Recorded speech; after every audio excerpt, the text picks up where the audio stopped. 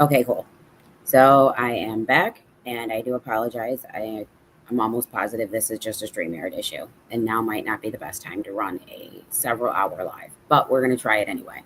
So here we go. I'm going to remove myself and play the rest of the video.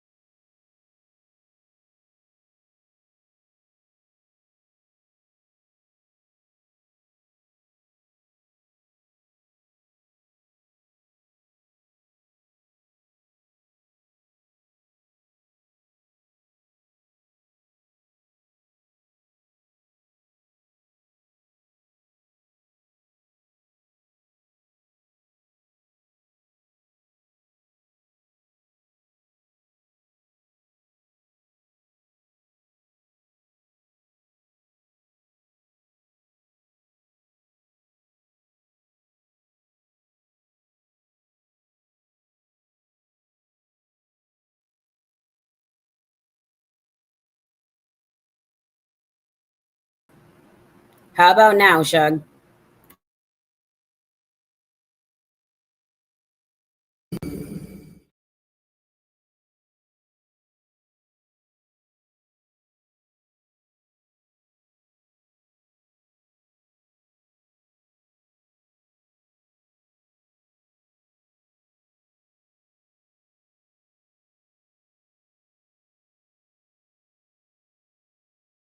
For clarity, there were a lot of things that law enforcement didn't tell anyone. Not just that the roommates weren't just roommates, that they survived through this massacre, that they saw, well, one of them saw the man, that they both apparently heard things, that they concreted what law enforcement believed to be a timeline for these murders.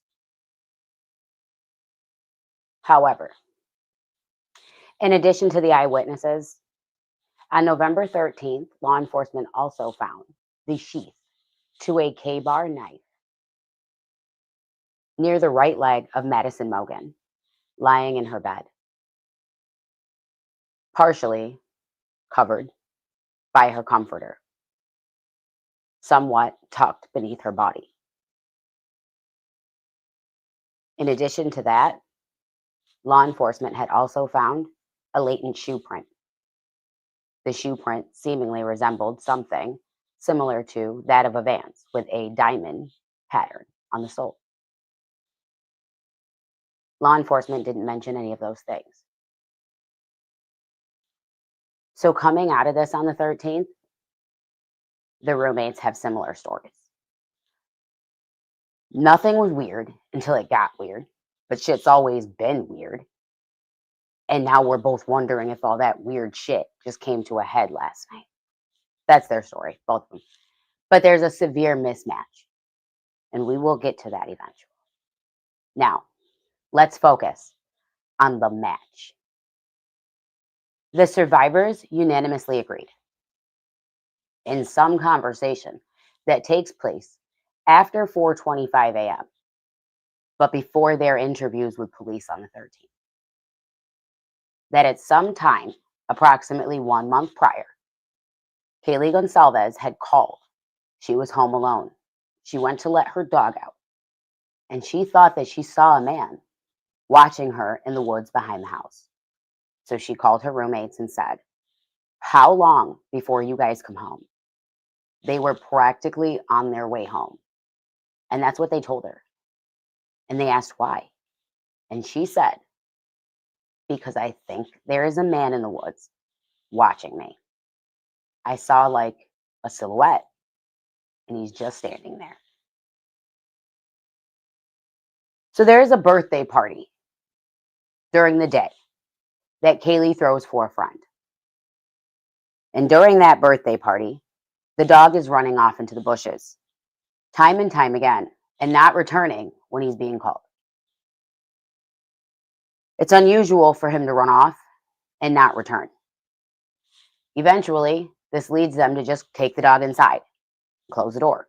They take the party in and they go inside. Then Kaylee is outside taking the dog out, and she thinks she sees the silhouetted man in the woods.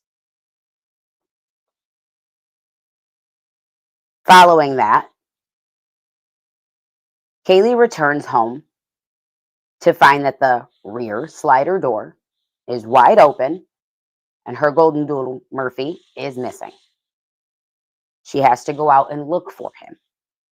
No one knows how the slider got open. On October 29th of 2022, which so happened to be Ethan's birthday, there was a Halloween party. Again, Murphy ran off into the woods many times and would not come back.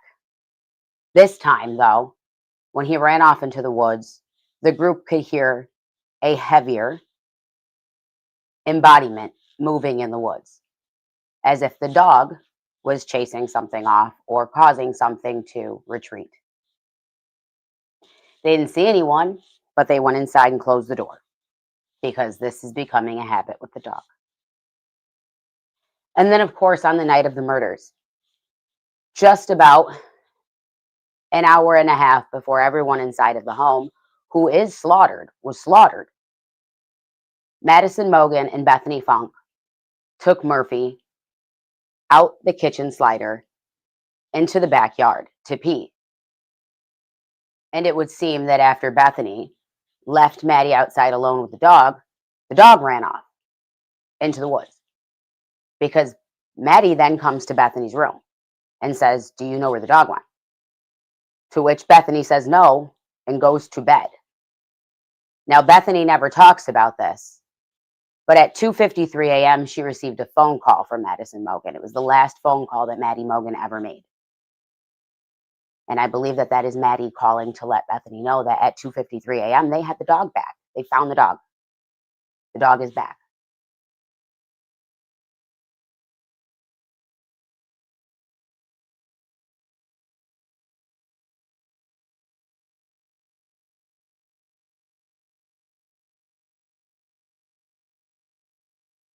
And the very next day, on November 14th, they brought a canine scent dog to the crime scene. Before the media had really stormed the crime scene, and before many people would ever have a chance to know that it had happened. The canine followed the footprints that were found near the back slider door. Followed the footprint.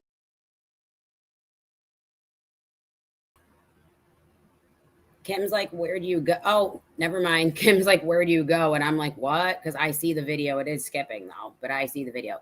If you guys didn't know it, the actual videos are already preloaded and in individual segments in my live video section. It should be like 1 and 2, 3 and 4, and then 5 by itself. So none of this skipping actually even matters to me unless you guys just really haven't seen it. I assume that the people that are here actually have, though. Most of you guys that are commenting, I've spoken to already in the comments on other videos. So hopefully nobody was watching this to actually like see it for the first time at all, because I'm so sorry. By the way, hello, Jeff. Yeah, choosing houses. Was it eeny, meeny, miny, moe? Is that what it was?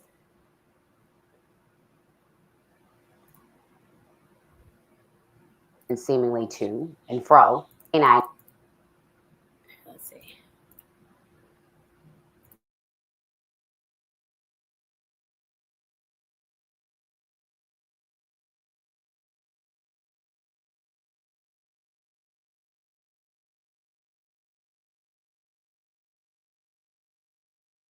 seen and got into a vehicle in the parking lot behind the home. I think I made There it was catch no up. context as to why anyone was bringing up drugs. And at first I thought it had to have been something going on online with all the nonsense. 2 a.m. is a dark hour, I can tell you that. We're all. It's important for us. I mean, the reason we've agreed to do this is there's some misinformation out there. And that's been hard for us. And that's why we, as a family, talked about it and agreed to do this, because the things that are being said are 100% not true. There's not drugs involved. There's not some weird love triangle. Ethan stayed the night at his girlfriend's house, who was one of 5 girls who lived in the home. And it's just important that people let the criminal part of it try to work itself out, and that. But the day before that interview,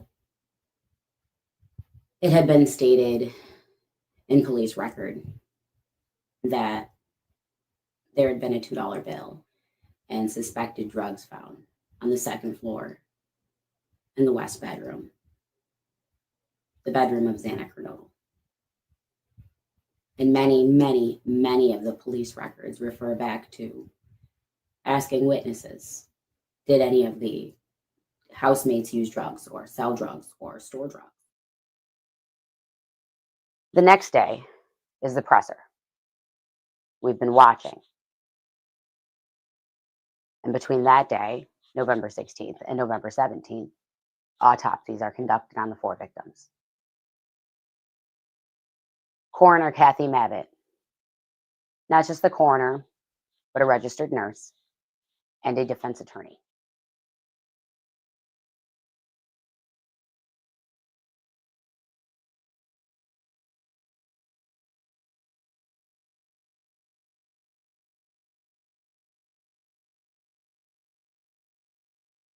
Kathy, with a C, Mabbitt, Mabbutt. I got the call just a few minutes after noon that there were 4 homicides, but I didn't go to the scene because of law enforcement doing their investigation first. So I didn't actually go to the scene until about 5 or 5:30. So in your experience, what is it that you saw when you showed up? Well, there was a lot of blood. It was a very sad scene with 4 murdered college students. You're ruling all 4 deaths homicides? Yes. And can you give us a manner of death? Yeah. I believe that the press release was that they were from a sharp object. So stabbings. Yeah, I will know more after the autopsies tomorrow. And do you believe this could be like a murder-suicide or? No, there are 4 homicides. 4 homicides. Okay. Well, the toxicology reports, right, they usually take 4 to 6 weeks, sometimes longer. But they might, I don't think they're going to be relevant in the actual manner or cause of death. Yep. Thank you. Do you know what the time frame for that would be? It just depends on how relevant the toxicology report is, but okay. So it was like the 4 to 6 weeks. It could be, yeah. And while most of the witnesses denied that Kaylee or Maddie, Dylan, or Bethany used drugs, there were many that openly admitted that Xana and possibly even Ethan Chapin were pretty into drugs.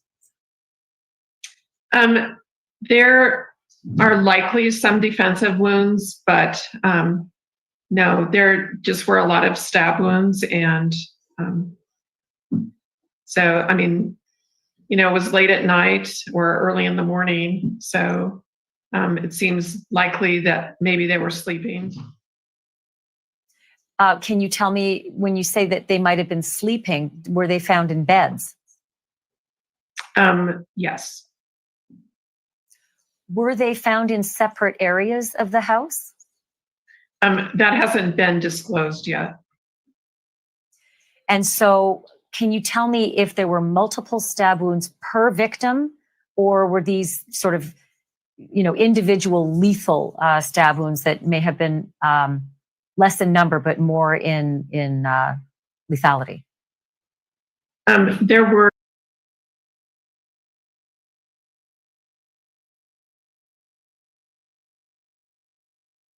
multiple stab wounds, yes, on them.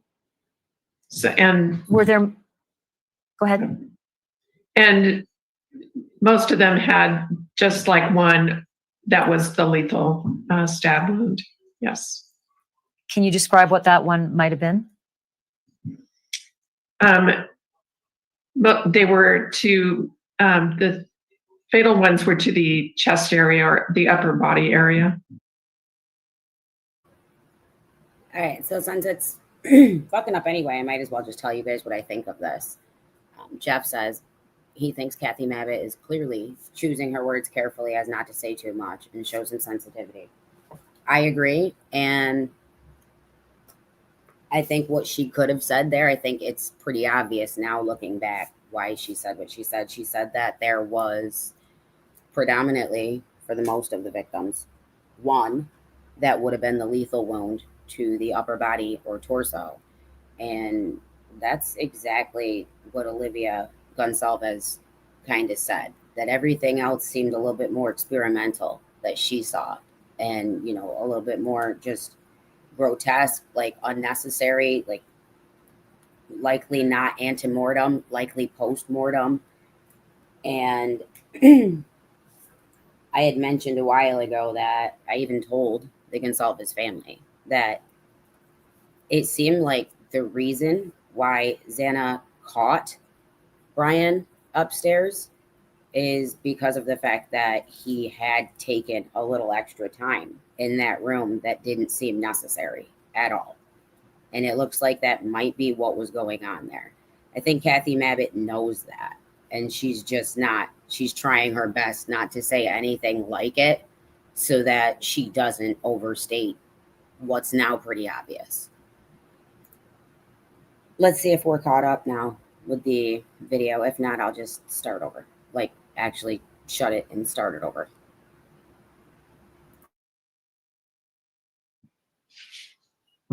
Were there, Ms. Mabbitt, we showed a picture a moment ago of a wall on the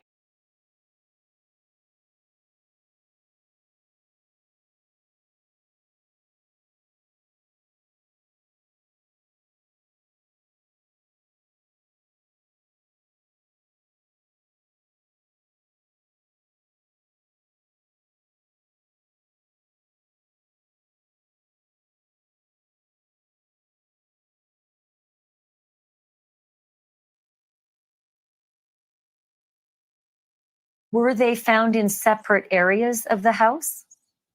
That hasn't been disclosed yet. And so can you tell me if there were multiple stab wounds per victim, or were these sort of, you know, individual lethal stab wounds? I just wanted to stop again because I agree with this statement from Jeff, that if he spent extra time in Maddie Mogan's room that did not need to be spent there, which it now looks like he did, then Xana did come upstairs and see what was going on. And that's why she's like, there's someone here. And she books it down the stairs, which is interesting because if you remember in the Dateline special, it was stated that she retreated, but it certainly didn't show the intensity of her running down the stairs and being, and it actually did show her in the diagram. She calmly like walked away into her room. it didn't show the intensity of her actually running away super fast, how Dylan actually describes it. She went upstairs. It sounds like she caught this person. It does sound like now they're saying that there was DNA in the hallway, like above the bedroom door and stuff like that. It does sound like they're trying to say that that wouldn't have come from the attack inside of Maddie's room. And it seems to me like maybe Xana caught this person and then they couldn't leave her alive. And that's when she became a part of the unintended mess that went on the second floor. And I think that's why the prosecutors, and I think Brett Payne may have also said it, that they don't believe everyone inside the home was an intended part of the whatever was planned when he went in initially.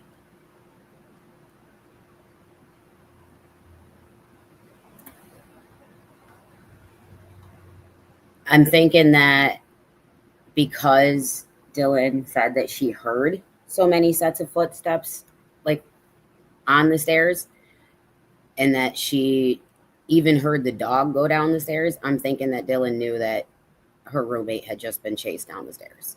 And I think if Dylan knew, then sorry guys, I think if Dylan knew, then it's very likely that Xana knew someone was chasing her. And I think she's crying as she's on her way down the stairs. I don't think the crying started by the bathroom when this person got her. I think if she saw what was going on in Maddie's room, she would have been crying at that time. And it makes sense that she did see what was going on in the room, because it sounds like she's not just alarmed about the fact that there's someone there. It sounds like she's so alarmed because she understands what's going on. So that's just my opinion, but I don't really know. That may have been less in number, but more in lethality.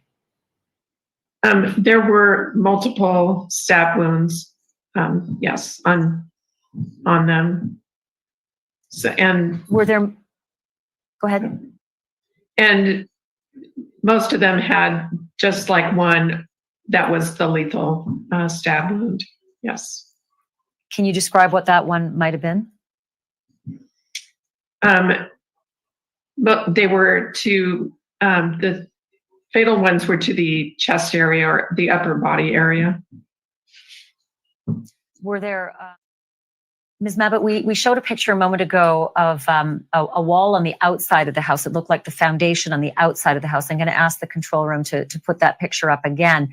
This was fairly shocking to see. It's blood dripping on the outside of the house, almost as though it may be seeping from the inside. Does that sound congruent with the results of the crime scene that you were able to ascertain from your work? From my observations, yes. And can you tell me if that means that this might have been one of the bedrooms or where the beds were, that one of the victims was stabbed, this particular area of the house? I think that's pretty likely, yes. Is there anything that stood out in that volume of information that you received that might lead police to say it was a targeted attack? Because that's confounded a lot of us. Right.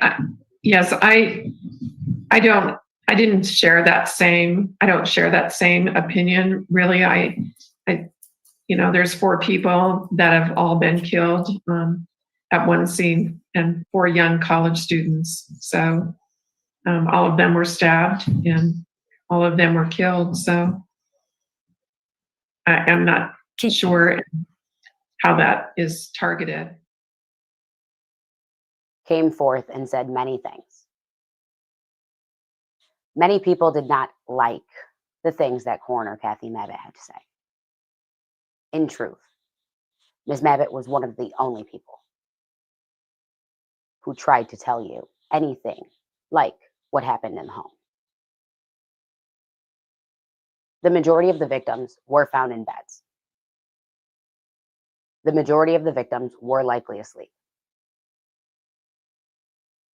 She did not specify that one victim may not have been asleep because, A, she probably didn't know about Dylan's interview saying that someone was running up and down the stairs. And B, what she did know is that one of them was on the floor. On the floor does not mean that you were awake. So, likely an unintended fallacy that she told there. The coroner also stated that for the majority of the victims, there was one lethal stab wound, that it was to the torso or the upper body. And Olivia Gonsalves seems to agree that from what she's seen between her sister, Kaylee Gonsalves, and her best friend, Madison Mogan, on the third floor, the majority of these injuries were almost experimental and post-mortem. And my favorite thing that the coroner says is, Ashley Banfield is like, so what are they saying about this being targeted and isolated, but that they can't say that the community is safe? Is that even possible? And coroner Kathy Mabbitt says, basically, I don't fucking share that sentiment. I don't even know what that is. That's dumb.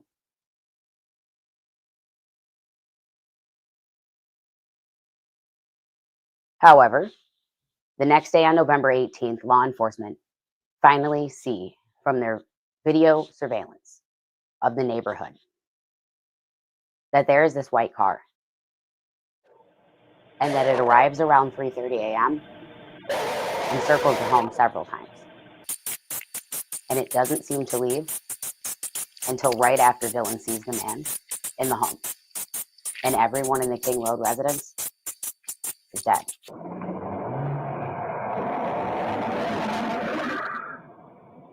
On November 20th, the Gonsalves family came out very boldly in a news interview that, for the most part, was missed by a lot of people. It was with Fox's Cross Country. Our son went to that college. No, absolutely not. My daughter was aware of her environment. Very aware. She turned her camera on. She would film when she thought somebody was following her out of a mall parking lot or a grocery store. She was very aware that, she was a pretty girl and that, it could attract some problems. So she was alert. She was a streetwise child. She knew. She herself was a web sleuth, literally through and through. Listen to, which is just so ironic and just so surreal in all of it.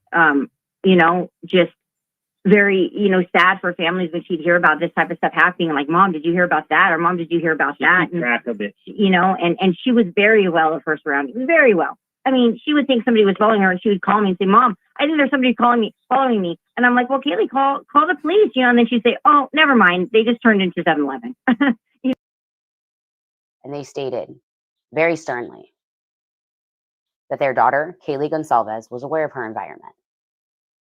Very aware that she was street smart, that she was a web sleuth herself, and that when she thought someone was following her, she would record. Okay. One more thing. I guess this is providing new substance to you guys. But I think the last time I spoke to the Gonsalves family was March-ish of this year.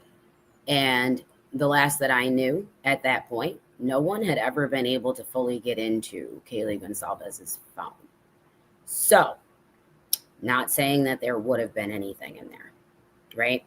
But they are saying that she pulls her phone out and she records whenever she thinks that someone is following her. So even if there would have been a plethora of, oh my God, I think someone's following me videos, what I'm basically trying to say is that no matter who the follower people were or person or whatever,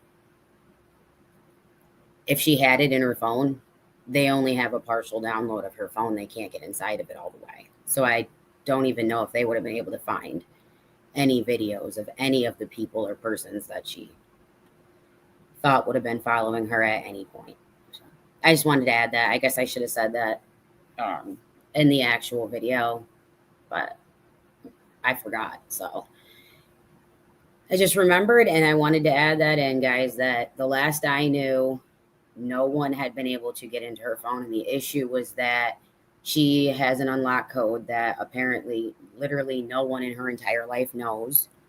So for this entire time, they'd been trying different codes too. And, eventually you start getting yourself locked out and stuff. And then because she is deceased, they can get around that, like the actual getting yourself locked out. They try again and again and again, and they just cannot figure out what her phone code is. And therefore, from my understanding, even the best of the best cell phone crackers that the state had were not able to get into her phone fully. Unless something has changed since the case is closed and the Gonsalves family has found out differently. The last I knew, no one had anything full from Kaylee's phone records. Which may also explain why everyone else's family received a USB of their child's phone, like a copy of it, and the Gonsalves family couldn't get one. That might also explain that.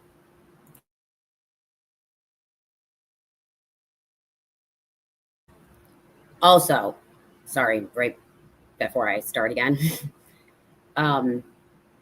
16 minutes and 37 seconds left. When the video ends, I'll have to start another video to go into the next episode. So when you see me like close it and stuff like that, that's why. Okay, ready, go.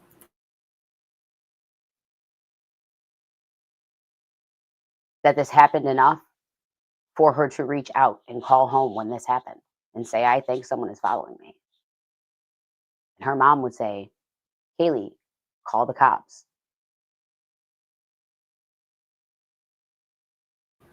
Oh, and another thing. Sorry, guys, because I also should have said this in the video. Let's talk about this fucking screenshot you're looking at, okay? So I had been told, obviously, from the fucking screenshot, that it was Dylan that was with Kaylee at the Winco. Daniel on the Drunk Turkey show had been told that it was Bethany. Turns out it was neither of them. Dylan said in her interview it was Xana that was with Kaylee at the Winco. So I just want to fix that because that just bothers the shit right out of me. And she'd say, oh, never mind. I think they just turned into a 7-Eleven. Without anyone thinking that maybe they saw her on the phone and assumed she was calling the cops. A similar story would be repeated on November 23rd by the Gonsalves family as well. And on that day, law enforcement would get a piece of information that they would hold on to with secrecy for a very long time. On November 23rd, they got Xana's phone records back. And they knew that she had been awake. She'd been on TikTok. She'd ordered DoorDash. And at 3:59 a.m., her DoorDash order was delivered. So when Dylan says that she heard someone in the kitchen at 4 a.m. listening to music and dancing, that makes sense. There'd be 7 bleak weeks. And for the most part, law enforcement would say the same things again and again and again. We need to know more about the night of Ethan and Xana. We keep hearing about this stalker that Kaylee Gonsalves had. We can't confirm that. And X, Y, or Z individual has been cleared. All of the obvious suspects, back, to back, to back, to back, to back, were cleared by DNA and alibi. No one really seemed to understand what had happened. What was this? How could this 911 call have gone out for a 20-year-old unconscious female and turned into 4 slaughtered college students, dispersed across 2 floors of a home, engaged in 2 different bedrooms in pairs? How did this happen? Who did it? Who did this? And then one day, out of desperation, law enforcement comes pleading to the public and they're like, we are looking for a white 2011 to 2013 Hyundai Elantra, as well as its occupant or occupants. So seemingly without anyone knowing it, on that K-bar knife sheath, there was DNA. And it wasn't blood or sweat or spit, but skin cells, and quite a bit. So the Idaho State Lab takes this K-bar knife sheath, and they find that DNA, and they know it's single source, and it belongs to a male. But this person's not in CODIS. They've never been in trouble before. What? So now they're more interested than ever. And they contract with this company out of Texas called Othram. Othram runs genealogy on it, right? They build out a family tree. They come up with 4 brothers. They call one. He's like, fuck you. I have zero interest in helping you. They turn over to the police and they're like, hey, look, we found 4 brothers, but they have zero interest in helping us. Don't know what you're going to do because we can't go any further. This person is not themselves in a database that we search. So nothing. And the FBI is like, well, let us see what we can do. So on December 19th, the FBI gets this IGG hit, this investigative genetic genealogy hit. And they've got a name. And the next thing we all know, 11 days later, we've got a name.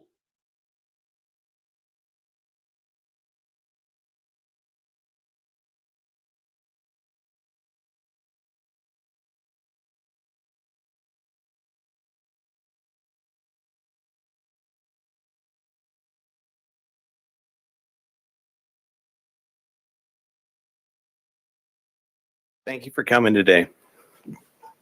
Last night, in conjunction with the Pennsylvania State Police, the Federal Bureau of Investigation, detectives arrested 28-year-old Bryan Christopher Kohberger in Albrightsville, Pennsylvania, on a warrant for murder of Ethan, Zana, Madison, and Kaylee. I want to personally thank these agencies for their assistance in this case. Kohberger resides in Pullman, Washington, and is a graduate student at Washington State University. We will provide as much information as we can about the extradition to Idaho and the criminal process. However, due to Idaho state law, we are limited in what information we can release today until Kohberger has his initial appearance in Idaho court. To recap this case, on the evening of November 12th, Kaylee and Madison arrived home at about 1:56 a.m. after visiting a local bar and street food vendor. Ethan and Zana were at the Sigma Chi house before arriving home around 1:45 a.m. The 2 surviving roommates had also been in the community but returned around 1 a.m. On the morning of November 13th, a 911 call was made at 11:58 a.m. reporting an unconscious person at the residence. The call came from inside the home from one of the surviving roommates' cell phones. Moscow police responded and found 2 victims on the 2nd floor and 2 victims on the 3rd floor. On November 17th, autopsies were conducted and the Latah County coroner confirmed the identity of the 4 victims. The cause and manner of death was homicide by stabbing. Some had defensive wounds, and each had been stabbed multiple times. These murders have shaken our community, and no arrest will ever bring back these young students. However, we do believe justice will be found through the criminal process. This was a very complex and extensive case. We developed a clear picture over time, and we stand assured that the work is not done, but be assured the work is not done. This is just started.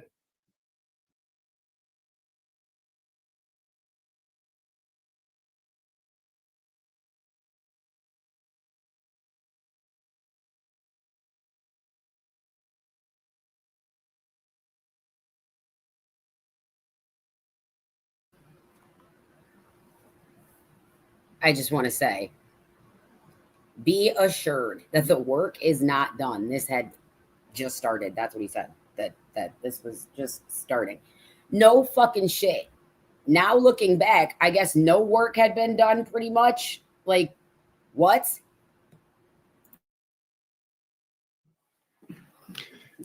Good afternoon, folks. My name is Bill Thompson. I'm the Latah County prosecutor.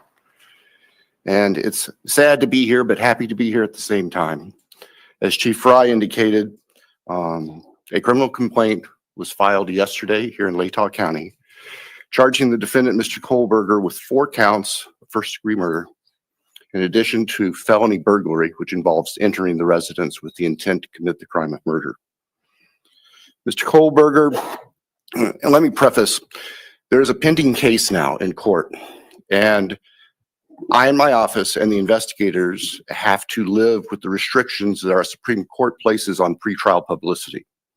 That said, I promise you we will share with you through the court process or otherwise whatever we are allowed to. I just appreciate your patience on that. The factual basis for the charges are summarized in what's called a probable cause affidavit that is on file with the court. According to the rules of the Idaho Supreme Court, that is sealed until Mr. Kohberger is physically back in Latah County and has been served with the Idaho arrest warrant. At that time, we expect that that affidavit will be available to you so you can share the true facts with all of your readers and your watchers and your listeners and all the people who are interested and really need to know what's going on. So please have patience with us on that. We hope to get that to you as soon as we can. As far as Mr. Kohberger, I can share with you that he is a graduate student at Washington State University and has an apartment residence over in Pullman. He has had an initial appearance in front of a judge in Pennsylvania.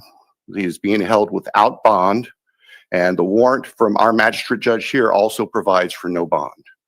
We understand that he's scheduled to be back in court in Pennsylvania next Tuesday afternoon, and that a public defender has been appointed for him there.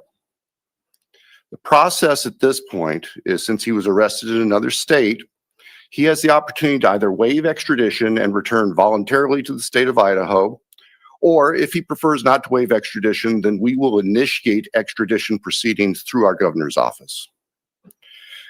If we do that, it can take a while for him to get here. So again, I'm asking for your patience and understand that's just the way the system works. Once he gets here, he'll have an initial appearance with our magistrate. They'll deal with issues such as making sure competent counsel is representing him, and the case will be scheduled for further hearings. Your primary source of factual information is going to be the court record, because that's what the Supreme Court says we need to refer you to. So please pay attention to what's going on in court and have people there to watch and hear what's being said. As an attorney, myself and my office, we are limited on what we are allowed by the courts to say outside of the courtroom. So please just work with us. Finally, as the chief indicated, this is not the end of this investigation. In fact, this is a new beginning. You all now know the name of the person who has been charged with these offenses. Please get that information out there. Please ask the public, anyone who knows about this individual, to come forward, call the tip line, report anything you know about him to help the investigators and eventually our office and the court system understand fully everything there is to know about not only the individual, but what happened and why. The day of the arrest, the police came out and they told us all the name of the person who had been accused of slaughtering the 4 Idaho 4 students. Bryan Christopher Kohberger of Albrightsville, Pennsylvania, had been arrested for slaughtering Madison Mogan, Kaylee Gonsalves, Xana Kernodle, and Ethan Chapin, while Dylan Mortensen and Bethany Funk slept in the 1122 King Road home. What they didn't tell you was that Bryan had already started making moves. He had already been assigned counsel. Chief Public Defender of Kootenai County, Ann Taylor. And on December 30th of 2022, just as Bryan Kohberger was being arrested, by and through his attorney of counsel, Ann Taylor, he requested a non-dissemination order. The defense and Bryan would state that this was a very high-profile case and that they didn't need any information about Bryan or the case leaking out to the public. Ann Taylor, she had a story,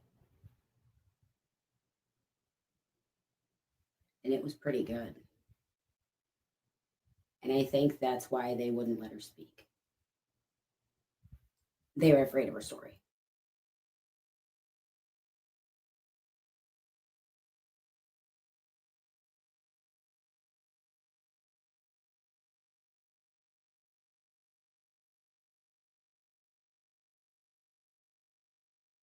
All right, anything else you can think of that I should know?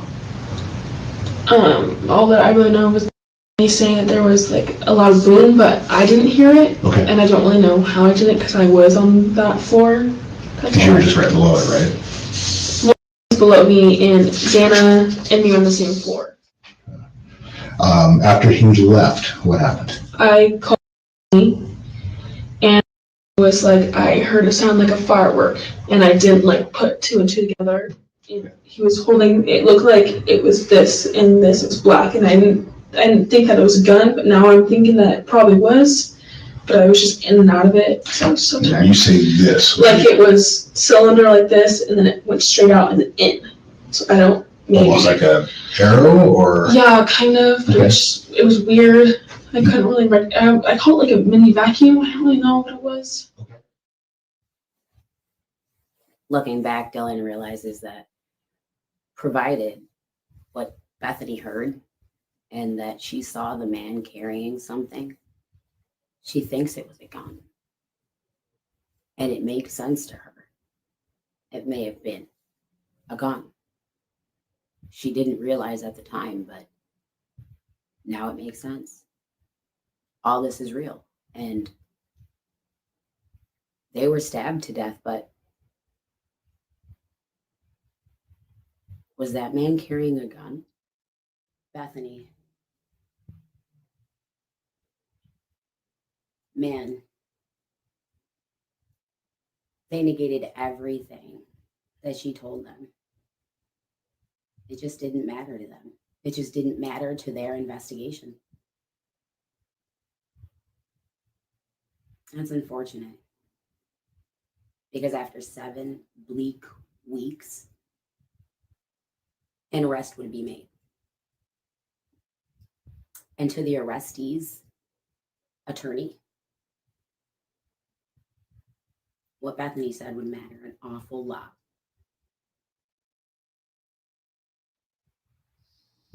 It's the original domino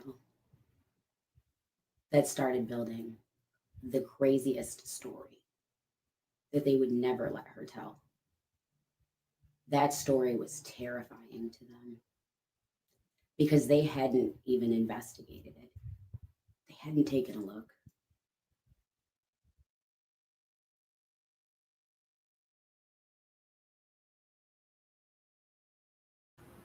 I have to switch video.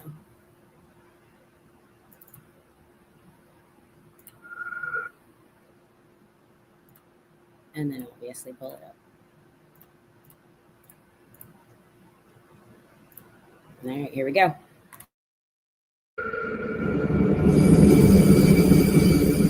Two.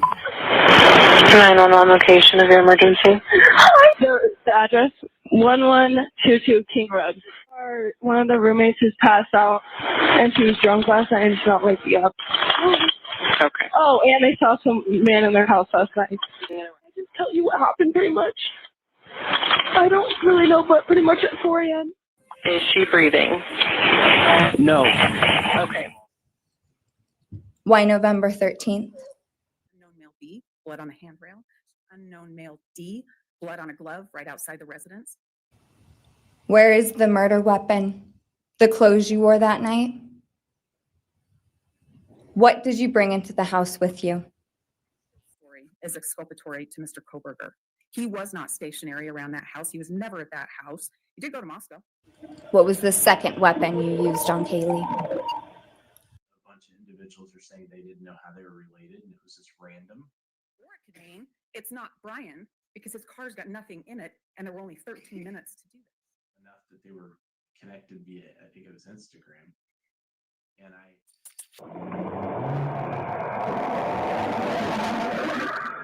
What were Kaylee's last words? Closing the first week of 2023, Bryan Kohberger was extradited back to the state of Idaho willingly. Surprise, surprise. And according to his Pennsylvania attorney, Jason Labar, one of the very few things that Bryan Kohberger wanted the world to know was that he was going to be exonerated.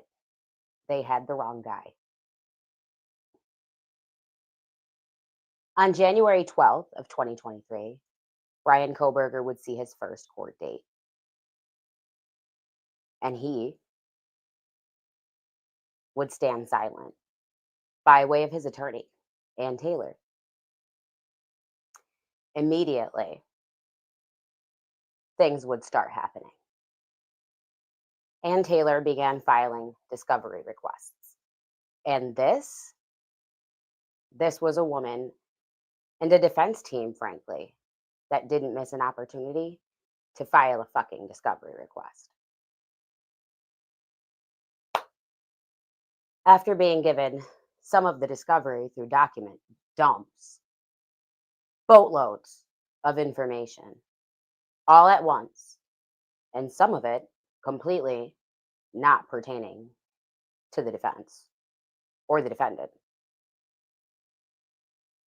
Ann Taylor starts making bold claims. In February of 2023, Ann Taylor mentions Brady and Gilio, indicating that there's something there. Something is intentionally being withheld that would otherwise exculpate her client. He couldn't have done this. And then in March of 2023, Ann Taylor throws out prosecutorial misconduct. At this point, she's including the prosecutor. She's assuming that whatever they know that they're not telling anyone, Bill Thompson knows too. And it's detrimental to her client because it simply exculpates him. That's her story.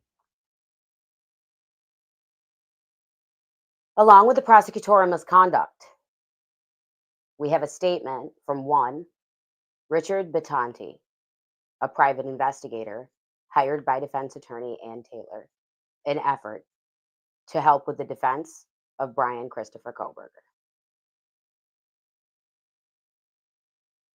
The affidavit of Richard Batanti reads in part, I am a criminal investigator hired by the defense to assist in the representation of Bryan Kohberger.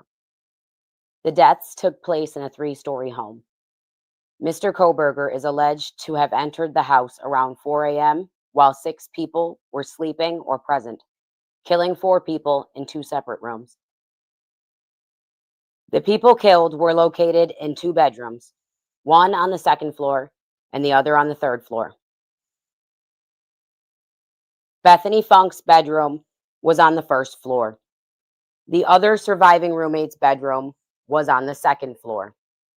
Bethany Funk was interviewed by police on several occasions. She disclosed things she heard and things she saw. Bethany Funk was present at the home 8 hours later when police were called, arrived on scene, and discovered the homicides. During the course of my investigation, it became known to me that Bethany Funk has information material to the charges against Mr. Kohberger. Portions of information Miss Funk has is exculpatory to the defendant. Miss Funk's information is unique to her experiences and cannot be provided by another witness. Bethany Funk resides in the state of Nevada, and it is necessary to subpoena this witness because the witness's testimony is material and necessary to this case. And Bethany didn't say shit. She didn't say shit, except for she saw a sparkle after she heard what she thought was a firecracker. Bethany didn't say shit the fuck else. So I'm just going to throw this out there and then start the video again. And it's an unfinished thought. It's a totally incomplete thought. This is just for you guys to chew on. Remember the HVAC people? Was that because Bethany thought something projected downstairs on the first floor after the firecracker and the sparkler or whatever? And I think like the HVAC shit is outside of her bedroom.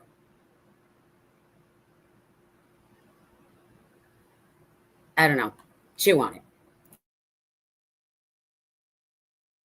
Dated March 22nd, 2023. Suddenly, there's an indictment. A grand jury has somehow found that there is probable cause for Bryan Kohberger to see a trial for the murders of Madison Mogen, Kaylee Gonsalves, Ethan Chapin, and Xana Kernodle. And then Ann Taylor is like, how? How can that be? Not only is there exculpatory information, but there is no connection between my client and any of the victims, or the household, or their friends, or anything like that. And if he committed these murders and then got in his car, why is there no DNA in his car, or his apartment that he went to right after, or his work office that was on campus, where his apartment was, or his parents' house, where you kicked the doors down and zip tied everyone at gunpoint?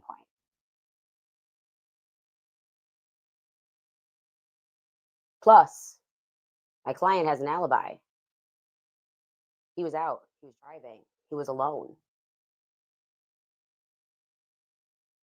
And that's when the state had had enough. And prosecutor Bill Thompson announced that the state of Idaho would be seeking the death penalty.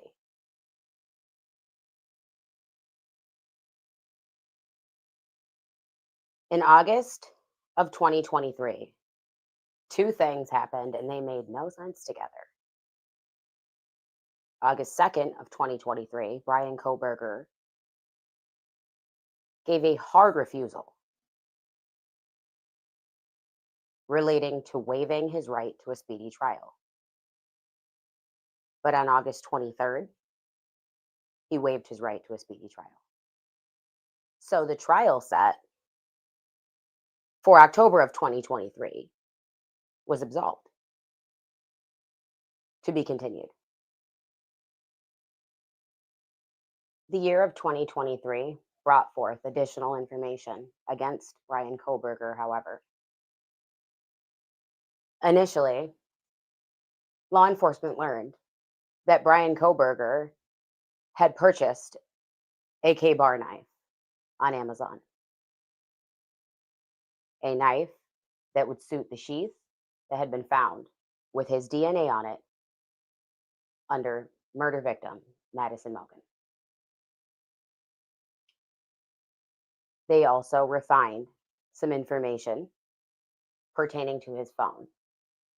And slowly, the number of visits in the area of the crime scene began to grow.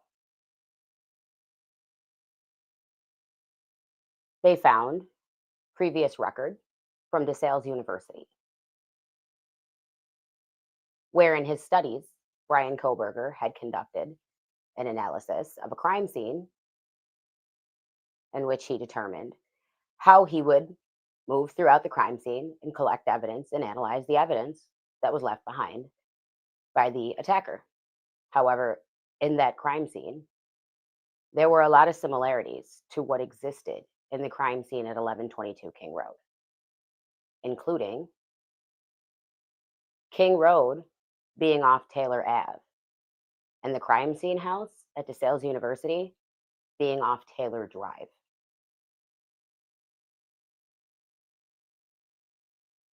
They pulled Bryan Kohberger's DMV and licensing records and found that just 5 days after the murders, the exact day, by happenstance, that they noticed that white car on their neighborhood surveillance, Bryan was in the DMV, changing his plates from a single Pennsylvania plate to double Washington plates, likely to blend in with people that lived in the area, and to get rid of the single plated vehicle that they were looking for by making it a double plated vehicle. They'd gone through some of Bryan Kohberger's purchase history records and found that in January of 2022, months and months and months, literally 10, before the murders of Madison Mogen, Kaylee Gonsalves, Ethan Chapin, and Xander Fernodal, Bryan Kohberger had gone to Dick's Sporting Goods and purchased a black balaclava, a mask similar to that of what Dylan Mortensen would then, on November 13th, say she saw the man in the home wearing. Furthermore, they had gone through and gotten some historical weather records. Because if Bryan was out alone and driving because he liked to stargaze, they were going to prove that on that night, there had been no stargazing. It'd been entirely too cloudy. You wouldn't have seen anything.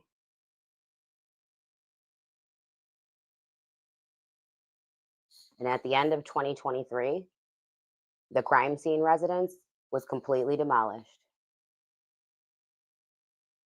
The surrounding foundation, the earth, removed, hauled off in truckloads to an undisclosed location to be buried with no contest from either side. Is that because they didn't look into some very important things that may have worked for the defense? And did the defense not want them to go back and look into those things? Because maybe those things tied to Bryan, but they're trying to capitalize on them as someone else. Or was there simply fucking someone else? So let me make that statement a little less ambiguous.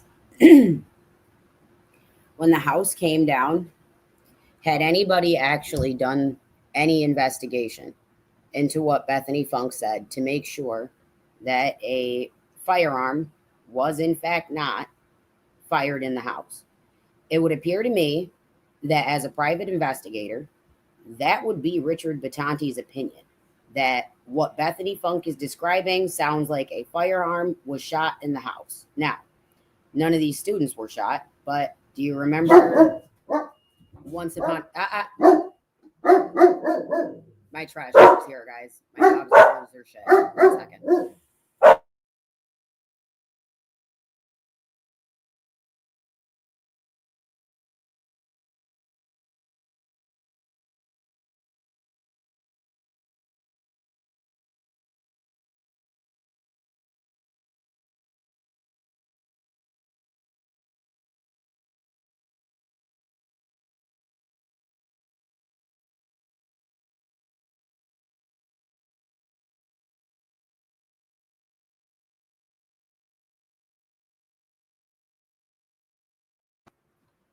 Sorry. Do you remember when Christy and Steve said that they had heard from what I believe was a cousin? Champion, do you want to go downstairs? Thank you. Do you remember when they said that they heard from what I believe was a cousin that Kaylee had been shot during a party at her home? I guess Dylan, believing that she heard music and singing and dancing, could translate into a party. And then what Bethany heard, coupled with what Dylan now thinks she saw, could translate into them actually starting that rumor that these kids had been shot, that in turn is translated to Christy and is incorrect. However, the only reason for either of these roommates to come out of this house and project that story into the world is because they genuinely think they heard something and saw something that may have been firearm related. So I'm wondering if this all began the theory of an alternate perpetrator. And is it because the house came down without anyone doing an investigation into what Bethany said? So somewhere in this rubble, what's now rubble, did they search for a bullet hole, a shell casing, anything of any nature, anything that would help them figure out what happened? No one was shot, but maybe an accidental shot might be why this person left the home. And the way that Dylan describes this person carrying, if it is a gun, it's almost like they're afraid, like they didn't mean to shoot that firearm, like they almost shot themselves. They didn't mean to shoot that firearm. And I don't even know if this person would have then seen Dylan. Are they in just as much shock as she is because they almost shot themselves? Are they hightailing it out of there, not just because they just killed 4 people? Had they not maybe accidentally fired that gun and made a noise, would they have just driven off subtly as to not be so suspicious? It really gets me thinking. Does Ann Taylor know that there was a bullet fired in this home? Or does she just think that there could have been, and she knows that they didn't look into it? Because that too is something to manipulate. That's something to take advantage of. And regardless, your witness might think she heard a firearm. The other might think she saw a firearm. There is an audible sound on the 1112 King Road camera. And now the question is that a thud just because Xana is on the floor? Mind you, Xana looks like she weighs about 110 pounds. I don't know if you could hear someone my size fall on the floor from outside of my home. Windows open, doors wide open. I don't know if you could hear it. So I think Ann Taylor started building something off of this, and I'm wondering if the demolition of the house actually played into what she was doing there.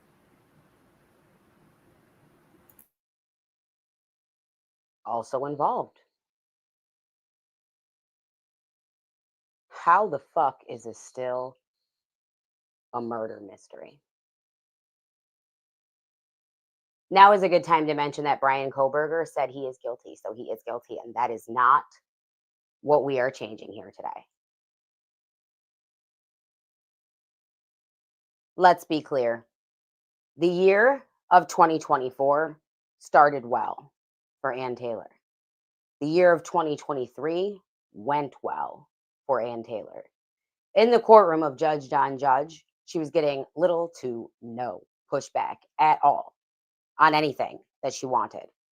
And for whatever reason that it is, January of 2024, the defense gives their very first hint to the courtroom that they're thinking about a change of venue.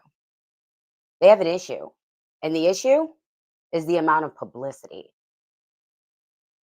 that has been involved in this case, the amount of media coverage, the number of interviews that victims' families have done, all the things that are being said about Bryan. including things that are coming from his former friends and the people who never liked him. So, in March of 2024, we have a hiccup. The defense has been doing pretrial publicity surveys, and the prosecution has caught word of it, and they don't like it. They don't like any of it. But there are 2 questions on the survey that they specifically feel like there's an issue with. And the issue is their lack of truth.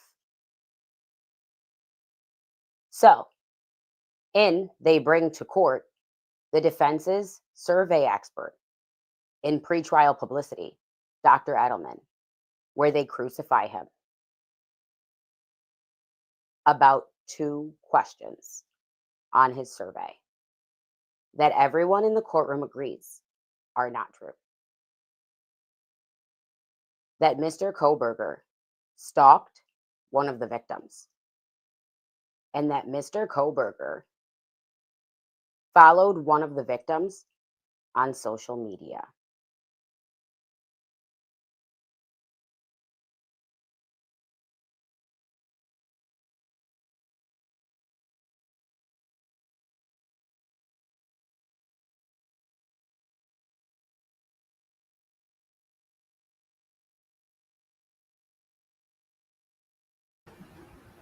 Sorry, I double muted my mic that time. All right, so this is just a reminder for all of us, all the way back at Richard Champion, are you joking?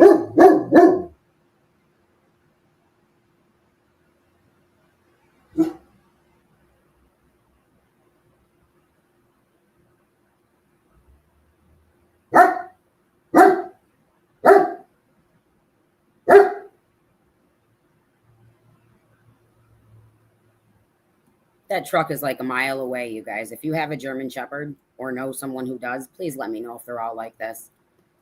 Anyway, way back at Richard Batanti, that was actually not one of the first people that Ann Taylor had brought in on Bryan's situation. The first, or one of them, was actually Andrew Garrett. And he did the work on the cell phone to basically provide the base of the story that Cy Ray then provided the affidavit for and came into court and testified to, with the exclusion of I can put Bryan Kohberger somewhere else. So when Cy Ray said that they were missing information, they were. When he said that the actual totality of the data would in turn not actually be able to be proven by the state, they were right. And what Garrett Discovery thought was going to happen was that we were going to end up at trial, and Cy Ray was actually going to end up crucifying the state in regard to cell phone evidence that they use against people all the time, not just the state of Idaho, but the United States government in general, that just because it provides an accurate result doesn't mean that the method that you're using is actually scientific. Using a scientific method is a huge part of being an expert. Getting it right probably means that this should be a scientific method. I'm not going to lie, guys. But currently, it seems that the way they're doing it, Cy Ray and Andrew Garrett agree unanimously. They can't prove that Bryan Kohberger was in that house with cell phone evidence, or even on top of that house with previous cell phone evidence from when his phone was on all those times. So that was a main issue. That's one of the things that Mr. Garrett did. That's what Ann Taylor asked him to do. What she did not ask him to do was go into Bryan Kohberger's social media and make a determination that Bryan Kohberger was lying about not following any of these victims on social media. And pretty much right away, I had such a high hope that Mr. Garrett would be wrong, but he wasn't. Pretty much right away, he promised me that there was a very shallow window of opportunity to find the Instagram account that Bryan actually did follow Maddie and Kaylee on. And once the police, now it had been a larger span of time, like 45 to 90 days. But at the time that the police arrested Bryan, it became so small a window. He was almost positive at that point that the police missed their opportunity. And he didn't know that for sure, but he was like 99% sure that there's no way they would have gotten in there in time. With that being said, ultimately they say that they can't make this connection. So it looks like maybe he was right. They didn't get in there in time. Because to this day, Garrett Discovery still stands by their work. That is actually something they did on their own, something that Ann Taylor did not ask them to do, something that produced a result that they didn't necessarily appreciate, something that produced a result that they didn't even translate to her. A, probably because she didn't ask them to do it, but B, because they decided not to work with her. So I feel like now was a good time to explain the whole of what happened there. They did their own thing in addition to what she actually asked them to. And the two parties ultimately decided not to work together. So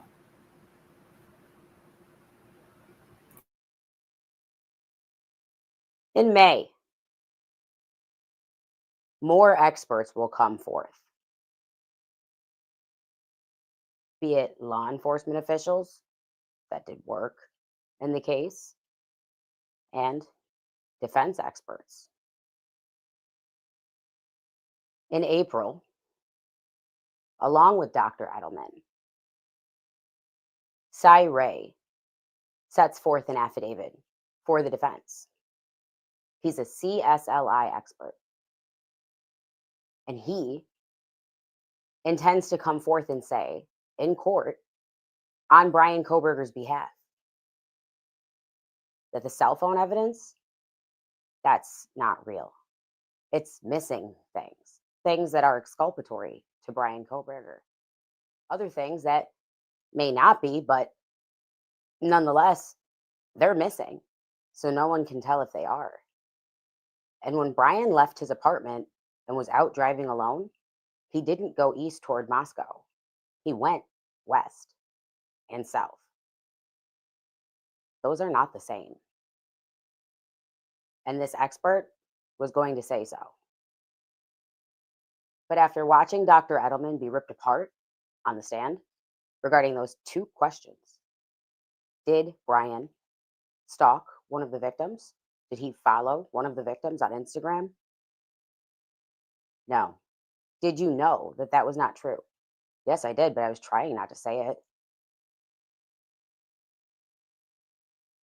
Well, in April, after hearing that, I reached out to Garrett Discovery digital forensic experts, and the CEO, Andrew Garrett, reached back out to me.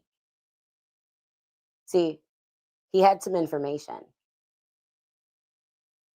That can't be. His company had dug into Bryan Kohberger's social media, and he did, in fact, follow Madison Mogan and Kaylee Gonsalves. But furthermore,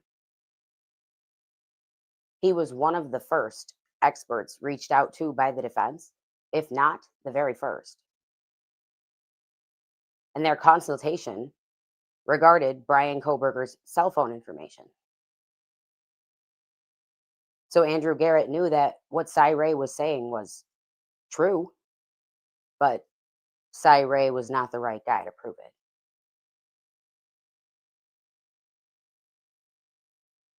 Andrew Garrett said, the cell phone evidence is in shambles, and it can be torn apart. But there's also a social media connection. Andrew Garrett said, there was a social media connection. Bryan followed Maddie and Kaylee on Instagram. But more so, he didn't stalk those girls. Well, that's because you can't say that, because that cell phone evidence that you have can't prove that, because it can't even put him in the vicinity of the crime scene close enough for you to definitively say that he is the murderer. We need a lot more than that. But what else he also said is, you can't escape the DNA. It is what it is. And that'll always just be true. Those two questions. Did Mr. Kohberger stalk one of the victims? And did Mr. Kohberger follow one of the victims on Instagram? Those two questions pivoted the entire case. So after over 6 months of arguing about this change of venue, it finally happened in September of 2024. So let's all meet Judge Stephen Hippler.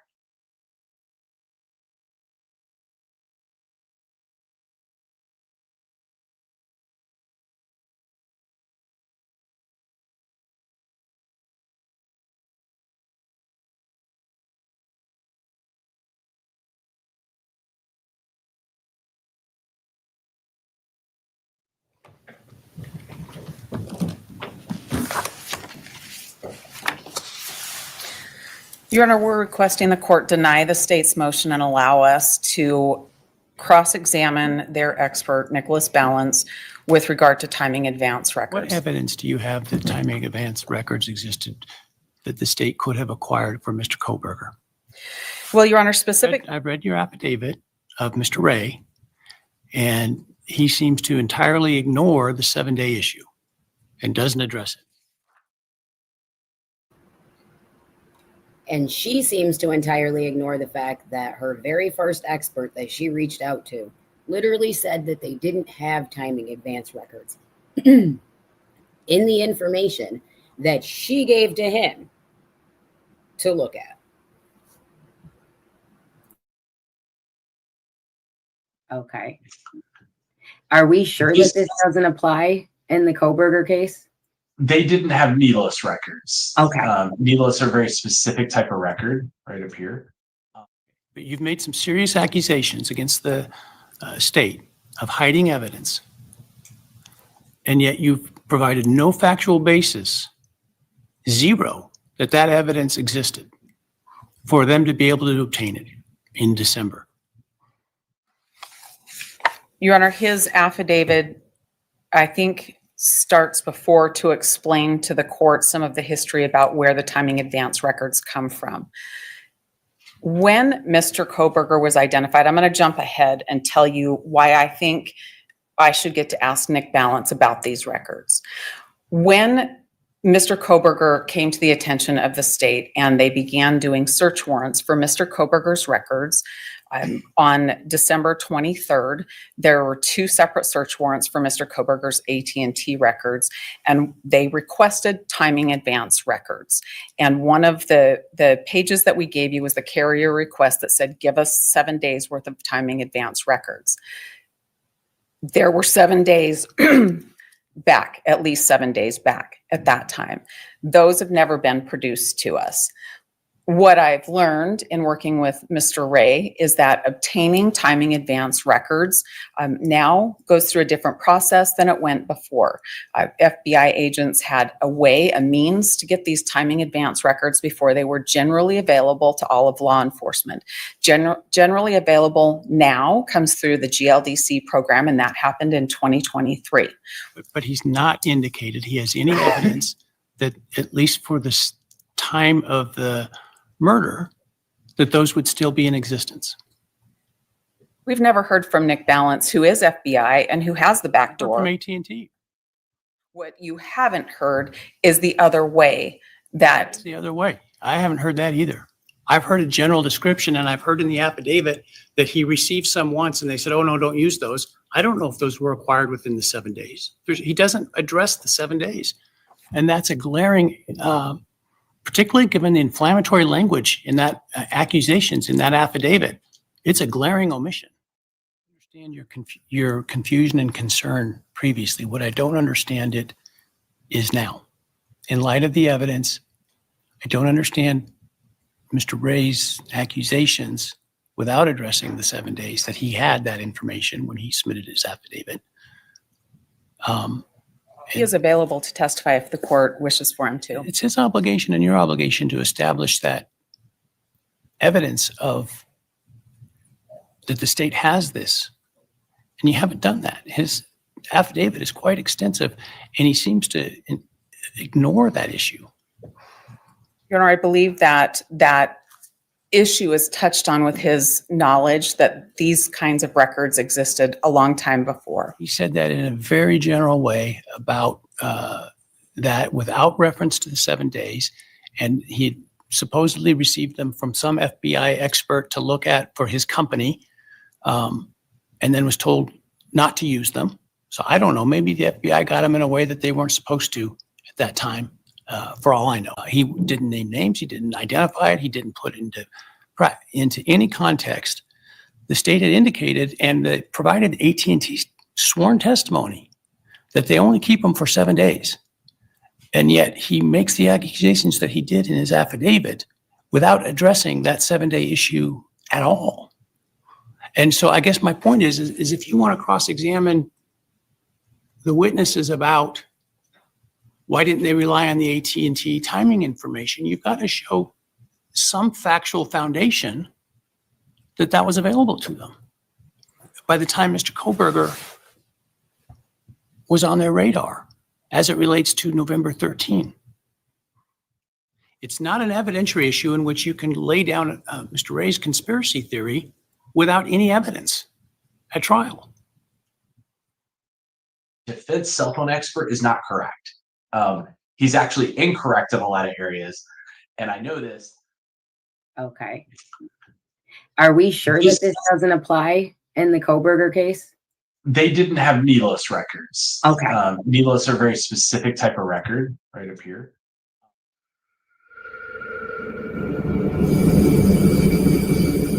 You? 911 location of your emergency. The address, 1122 King Road. One of the roommates has passed out, and she was drunk last night and she's not waking up. Okay. Oh, and they saw some man in their house last night. I just tell you what happened pretty much. I don't really know, but pretty much at 4 a.m. Is she breathing? No. Okay. Why November 13th? Unknown male B, blood on the handrail. Unknown male D, blood on a glove right outside the residence. Where is the murder weapon? The clothes you wore that night? What did you bring into the house with you? Story is exculpatory to Mr. Kohberger. He was not stationary around that house. He was never at that house. He did go to Moscow. What was the second weapon you used on Kaylee? A bunch of individuals are saying they didn't know how they were related, and it was just random. Or it could mean it's not Bryan because his car's got nothing in it and there were only 13 minutes to do that. Enough that they were connected via, I think it was Instagram. And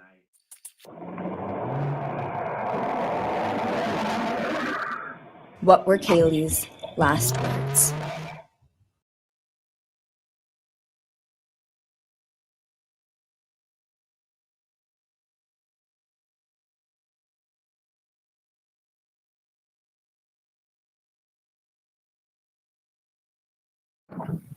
Thank you, Your Honor.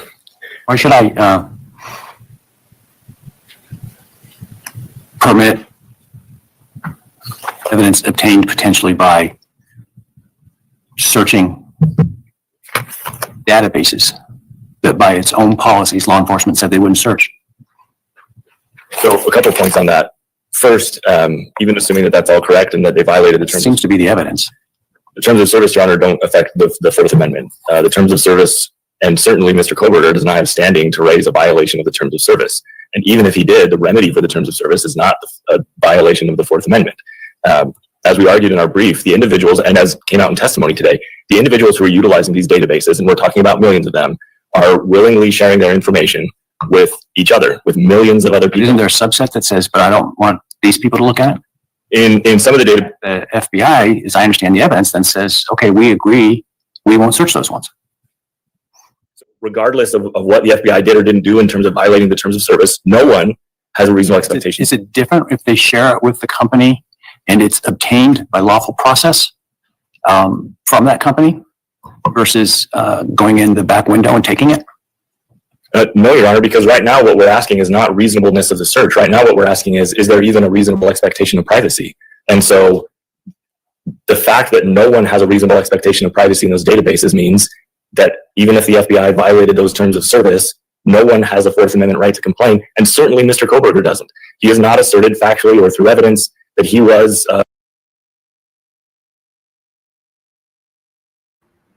Sorry, I just want to respond to Elle. She says, or was he giving someone else a ride? Which very well could be possible. You may not be equally culpable, but when they know so much about you, having been at least there, and you've denied all this time that you were there, I don't know how lax they're going to be, even if they realize that you weren't the main culprit, right? So this is kind of a like trifecta, I guess. I'm wondering one of three things, and this is one of them. So is Bryan Kohberger just one of the people, and he's like not rolling on the other person? Is he that tough? Is he not rolling on the other person? But he knows about the things that other person did, like accidentally fire the gun. Is he not the person who beat on Kaylee and Xana? So he's trying to use those things to create alternate perpetrators, all without rolling on his co-conspirator? Or does he know that he did those things, but that they can't prove it, right? So all those things that they can't prove about him start forming an alternate perpetrator theory. All these things are possible, and I'm not giving you an idea. I'm not convincing you. I'm not here to help you make a decision. I'm here to help you realize that I think a decision should be made. Either law enforcement got a lot of shit wrong about Bryan, or when the judge says, does that mean that there's maybe other parties that should have been investigated further? Maybe he is literally also admitting, okay, maybe it wasn't just Bryan. Of course, girl. Absolutely. You know it.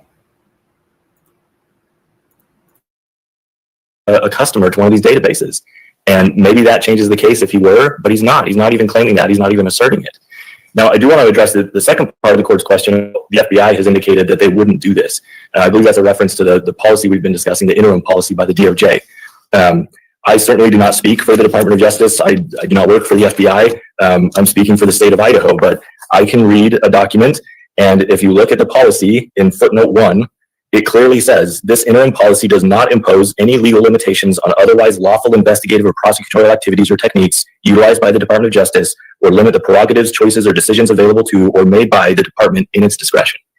In other words, their first problem is they're relying on a policy at all. The U.S. Supreme Court has said policies do not equal Fourth Amendment violations. Their second problem is it's a circular argument. The policy doesn't say you cannot do any of these things. It's saying best case scenario, you're not going to do these things. Well, if you were interpreting this as a matter of contract, wouldn't you have a problem in the sense that on the one hand it says don't do this, and on the other hand you've got a more general sort of catch-all that says, but we're not really meaning anything we say. No, I don't think there's a problem interpreting that at all. I think the problem is they're much weight on this policy as if it's somehow the law. And it's not. It's indicating, and we heard testimony about best practices and what those mean. This is indicating best practices, but very clearly stating we are not limiting the Department of Justice to have to follow what's in this document as long as it's not limited by the law. And they're trying to use a violation of this policy or an alleged violation of this policy to say that they violated the law. It's circular reasoning. In Idaho, while this specific issue has not been addressed by the appellate courts have Space Junkie, this is an awesome question. All great theories, but were other cars caught on the neighbor's camera that early in the morning? Moot. No. And I say that respectfully, because do you recall when they were looking for the occupant or occupants of the white Hyundai Elantra?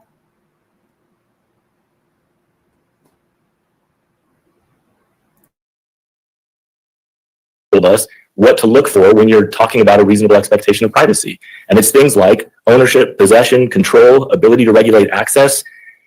Mr. Kohberger had none of those things with respect to the DNA on the knife sheath. We are talking about not just a crime scene, not just a murder scene. We're talking about a murder scene in a house to which he has asserted no connection whatsoever, 4 victims to which he has asserted no connection whatsoever. We're not just talking about his DNA happened to be found in, a dresser drawer or something. It was found on a knife sheath where 4 people were killed by a knife. This is as crime scene as it gets. And that's where the DNA was found. And they can't cite any case law whatsoever. And so they try and just ignore that and skip over it and say, well, let's just talk about the DNA analysis. Defendant makes kind of hang about the dog barking.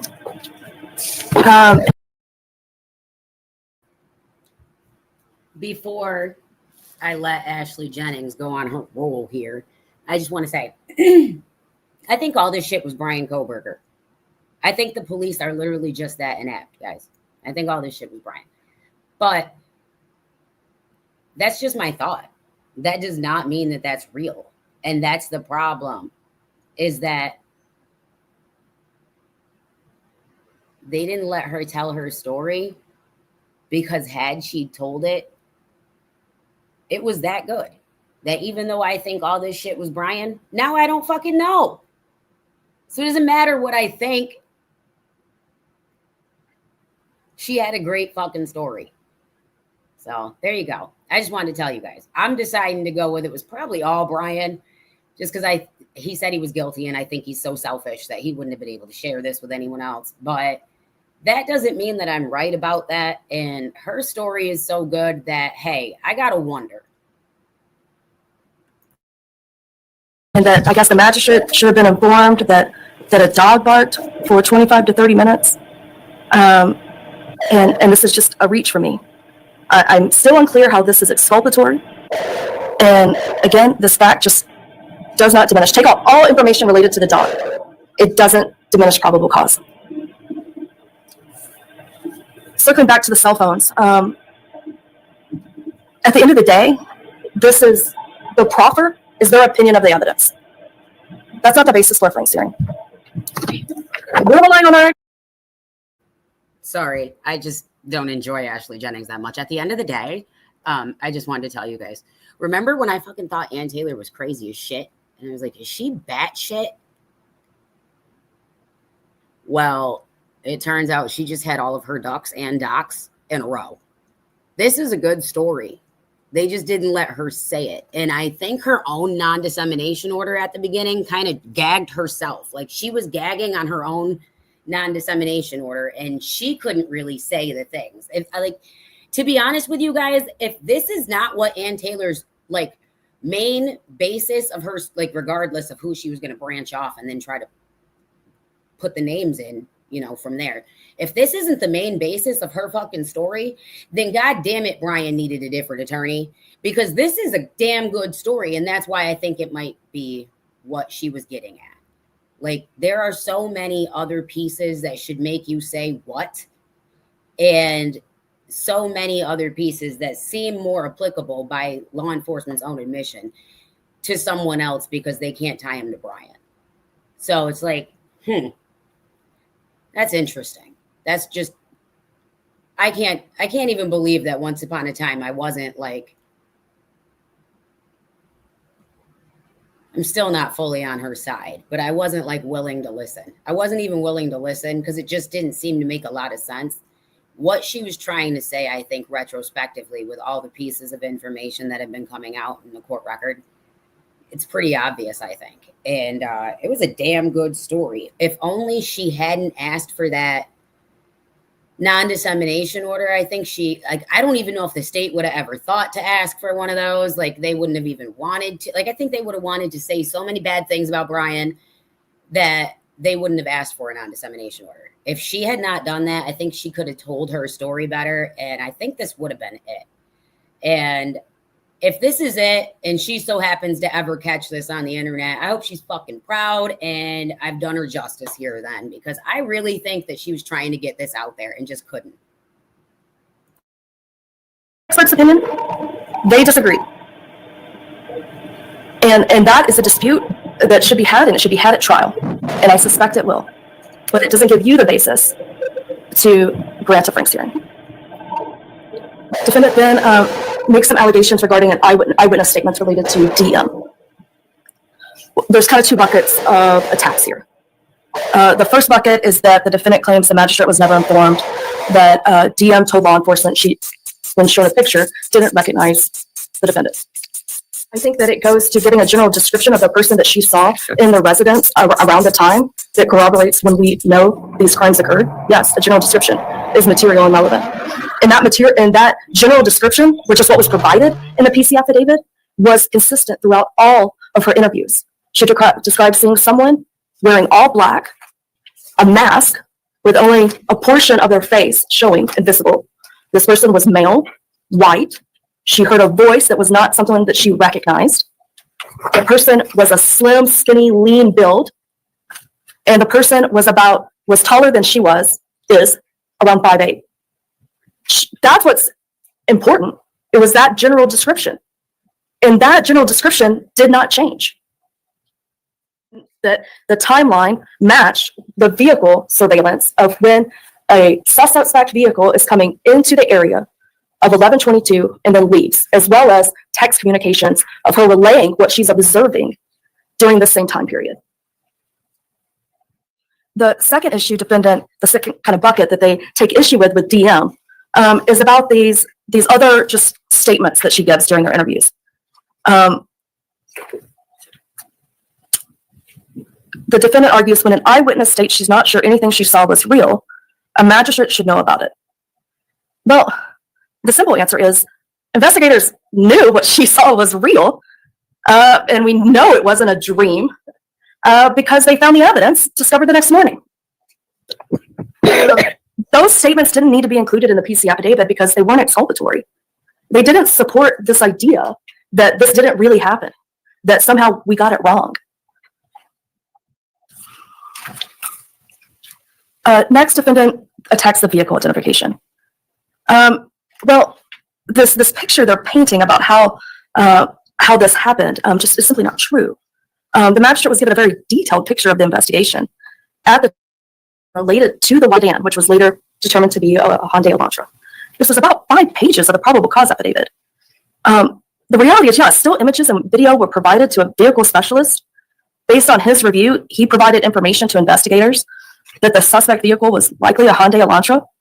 There was some discussion regarding what was the most appropriate year range, but at the specialist's direction, the year range to be focused on was 2011 to 2016. So Detective Payne reasonably relied on his expertise as a vehicle specialist and included that in his probable cause affidavit. And the court has in front of it the emails attached as exhibits that show that's exactly what occurred. And the defendant appears to argue that, well, the vehicle specialist shouldn't have relied on this video because they can't tell that was a Hyundai Elantra. To them, it doesn't look like, I guess, a Hyundai Elantra.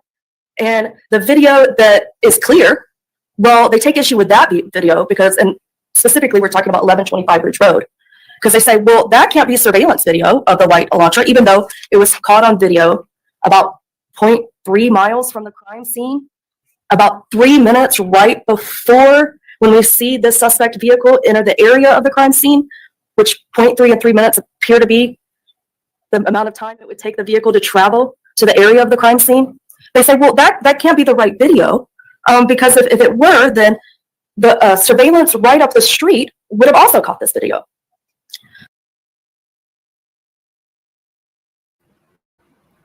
Thank you, Leslie and Billy. Also, on that, you guys, for the most part, know I live in upstate New York. So we have the Boxing Hall of Fame, and I got him from Canastota, New York. I drove from my portion of the country out there and got him. And since that is where the Boxing Hall of Fame is, we named him champion. But we know that's not true. And that's been submitted to this court. Excuse me? When was it submitted to this court? Well, it was submitted through my response. I was afraid that you were going to say. It was submitted through my response that their logic is flawed. And I can tell you, it has since been confirmed. I do not have, and it has been discovered to defense. We had Special Agent Hill confirm, and he discovered this as Bates 15990, which confirms that the surveillance camera that was set up to capture motion would not have captured the corner the defendant says must have been necessarily captured. Again, it doesn't matter. At the end of the day, the defendant's speculation about the route of travel and their differing opinion on it isn't the basis for a Frank's hearing. The next area is the footprint. There was a footprint found outside of DM's bedroom. They claimed that the inclusion of this was misleading. But again, there's nothing misleading about the statement. The statement says during the process of the crime scene, the investigators found a latent shoe print. It was located during the second processing. It came back using a presumptive blood test and showed the presence of cellular material. They let the judge know that it was outside the door to DM's bedroom located on the second floor, and it's consistent with her statements. Yeah.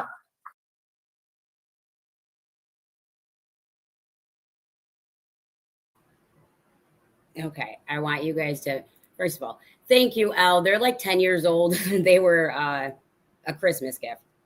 That's the only time I would even ever let someone spend that much money on me at all, ever. Like combine all my gifts into one and just make it that. So they were a Christmas gift about 10 years ago.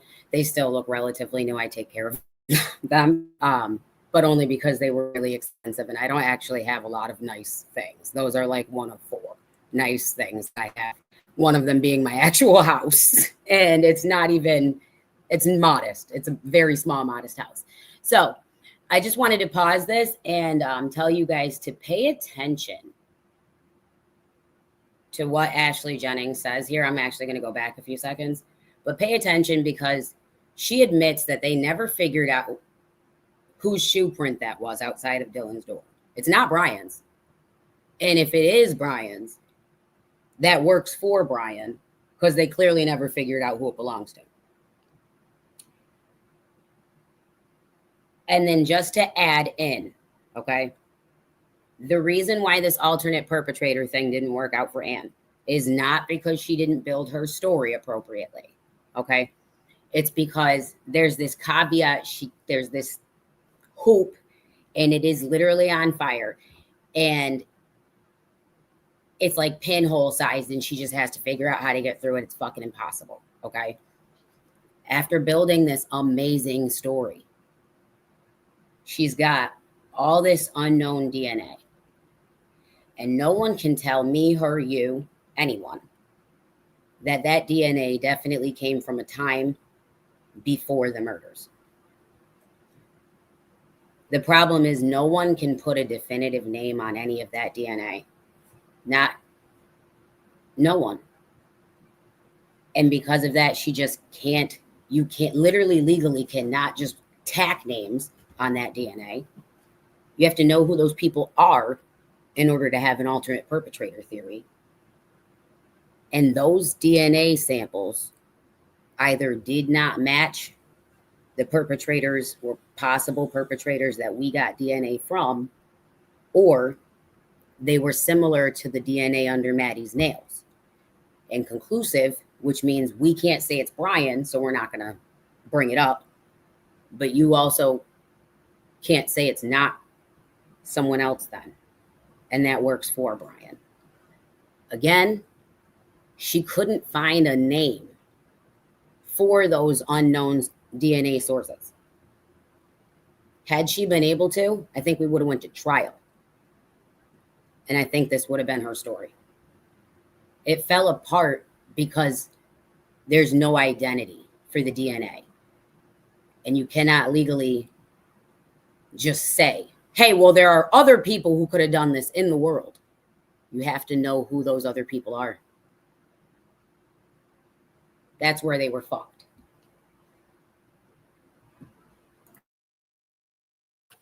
The statement says during the process of the crime scene, the investigators found a latent shoe print. It was located during the second processing. It came back using a presumptive blood test and showed the presence of cellular material. They let the judge know that it was outside the door to DM's bedroom located on the second floor, and it's consistent with her statements. Yeah. The investigators provided the magistrate the information they had at the time of the investigation. Defendants' opinions about where the shoe print should have been located and it couldn't necessarily have been located there, again, that just doesn't rise to the level to warrant a Frank's hearing. Again, our case doesn't hinge on the identification of the shoe print. Neither did the PC affidavit. Like, girl, when did you ever say that? When did you ever say initially? She's talking about again. When did you ever initially say that your case doesn't hinge on the identification of that shoe print? This is the first time I've ever heard you say that. And that is exactly what you just said. That your case does not hinge or pivot based on whether or not you can identify that shoe print. They never did.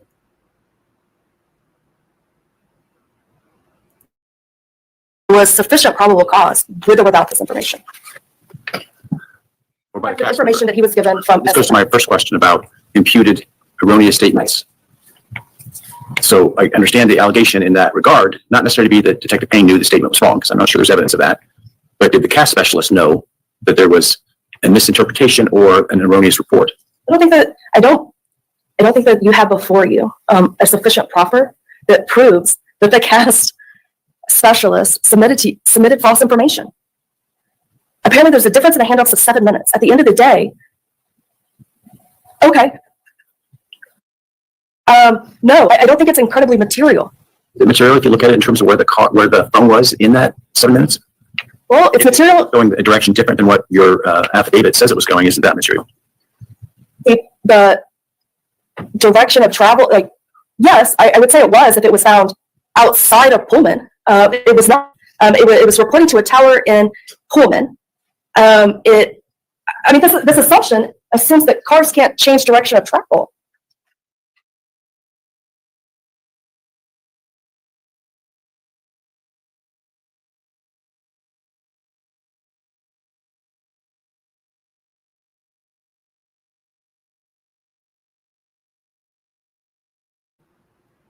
I actually want to pause here and switch video only because there's commentary in the other video.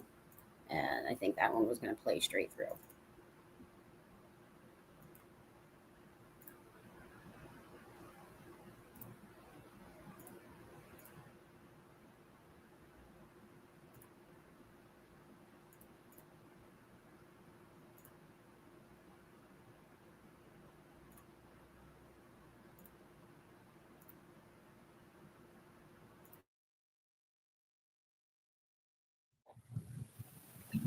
Your Honor, we're here because the state has alleged that a single piece of evidence ties Mr. Kohberger to this case.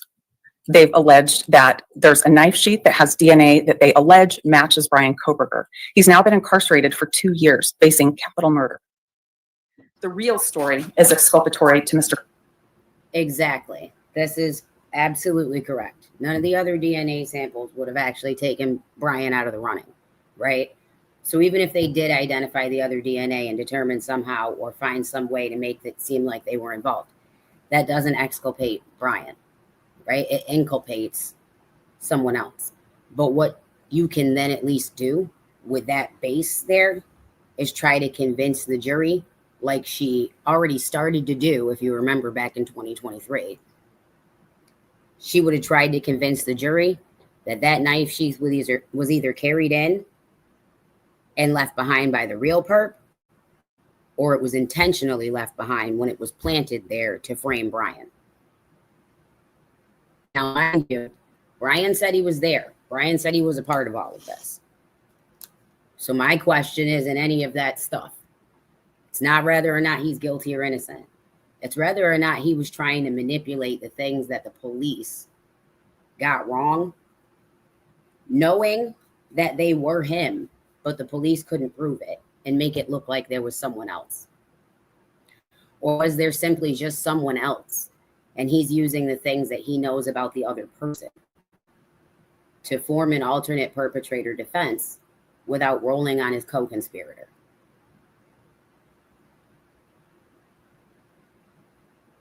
Again, I'm not here to convince anybody of anything.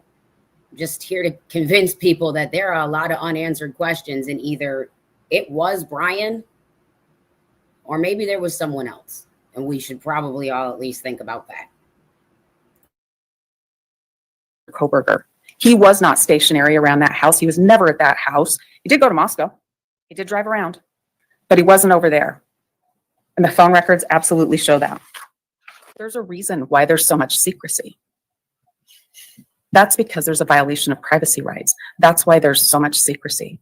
Your Honor, this is an extremely important motion, and the court is going to decide whether we do have any expectation of privacy left or not. The IGG evidence in this case should absolutely be suppressed. The court can see from the various affidavits in this case that there's a lot of things done that don't say how Mr. Kohberger was identified. And the reason for that is because nobody wanted to talk about what happened here with the genetic genealogy. That search was done by making a profile in Othram Lab. That search did not lead anywhere. We learned about investigative work that was done after Othram had done the work that they could do and before. All right, we're leading down the road of conspiracy, but I like it, so I'm going there. All right, whatever, guys. Judge me tomorrow, and as a matter of fact, you know I don't give a shit, so do it on your own time and do it with yourself. Elle says, where was his dad? All right, so go back to 2023. It was before we knew about B, C, and D, male DNA. All we knew was that there was DNA on the sheath, okay? Remember when Bryan was like, that's akin to pulling me and 17 of my cousins. I think he said like 6. But remember when they were like, that's akin to pulling Bryan and like 26 of his cousins off the street.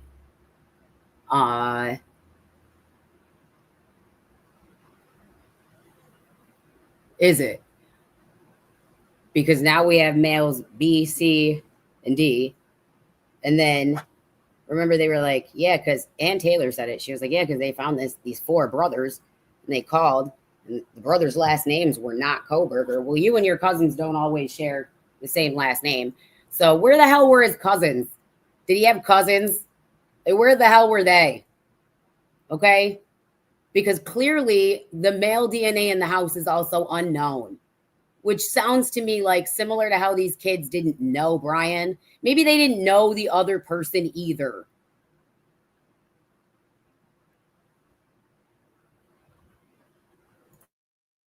The FBI took over that we learned about for the first time this week, not through the motion to compel process. This was a giant secret. We know that by the time the FBI gets involved, the profile, the text file, that's a snip to use to try to identify somebody is more than twice as big when it gets to the FBI from Othram. We don't know. Can you tell us why we're back inside? When we get to the FBI, we don't know who did the work. You heard that any of that information is redacted. We don't know who did the work. It's a giant secret. The FBI took over the search, and from there they did things that we have no idea what it is. That part of this case is secret. We don't have any notes. We don't know who did any of the work. We don't have any lab protocols. We don't have any quality assurances. It's not reliable. You heard a lot of justice interim policy, and that policy it's on page 6 of that particular exhibit that the court has. It says that they're not to go into databases that aren't allowed. And they did that. The court has that in another exhibit. Finally, there was a trash pool in Pennsylvania, and there was no warrant for that trash pool either. All 3 of those stages of this case, there should have been a warrant, and there wasn't, and this must be suppressed. Your Honor, for the purposes of the 4th Amendment protections and Article 1, Section 17 of the Idaho Constitution, we are looking to see if somebody has a privacy interest that society is ready to support. Constitutional violation? Your Honor, it goes to privacy. Suppressed for contractual violations or even statutory violations. Your Honor, I'm not sure what the court is asking me. Well, it goes to whether or not. Sorry, guys, 1 second. I am at work, so I just want to make sure that while I open a work thing, it at least opens on the screen I'm not sharing.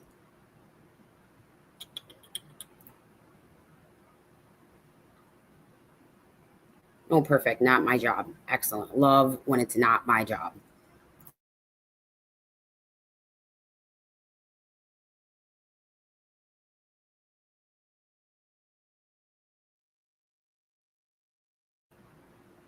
There's like nothing better than when work bothers you and it's not for you. I love that. That's my favorite.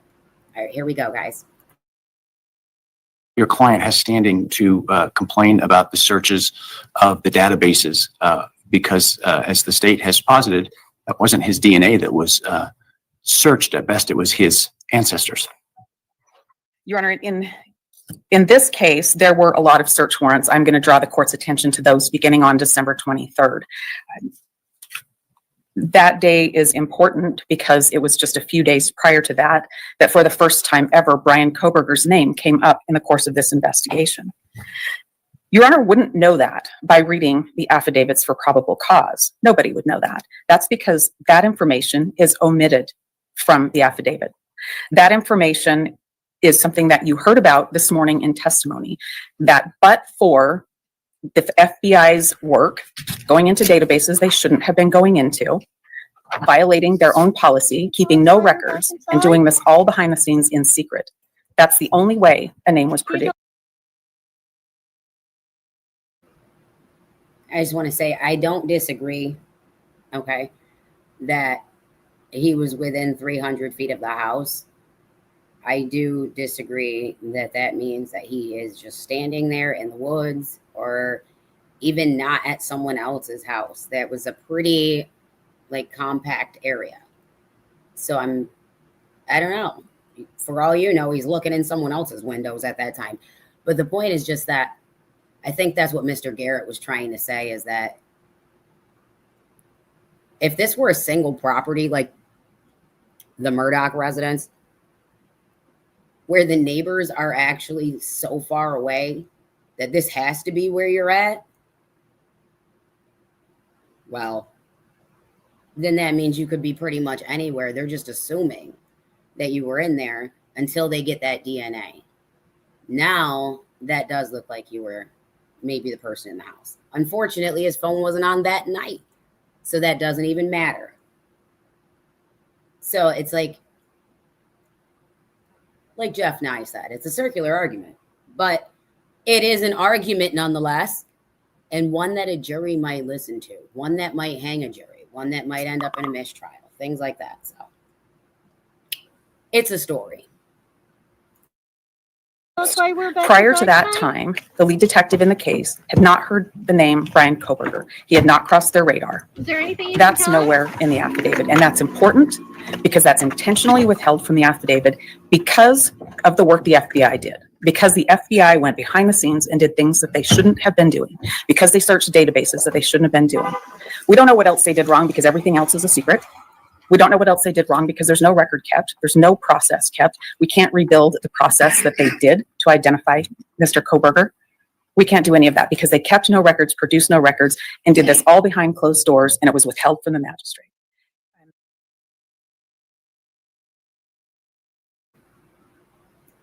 That's going to bother me. I want to fix it. Hold on.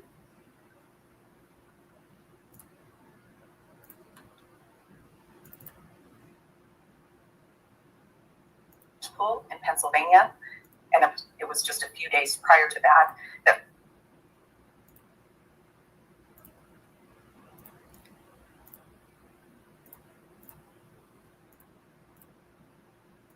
God, it stopped doing that for so long, and now it's doing it again.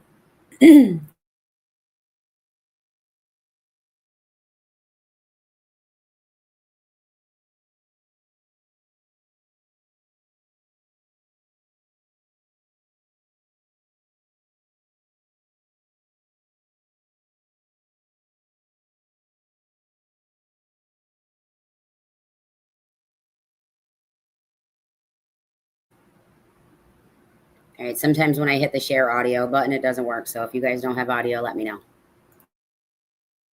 For the first time ever, Bryan Kohberger's name came up in the course of this investigation. Your Honor wouldn't know that by reading the affidavits for probable cause. Nobody would know that. That's because that information is omitted from the affidavit. That information is something that you heard about this morning in testimony, that but for the FBI's work going into databases they shouldn't have been going into, violating their own policy, keeping no records, and doing this all behind the scenes in secret. That's the only way a name was produced.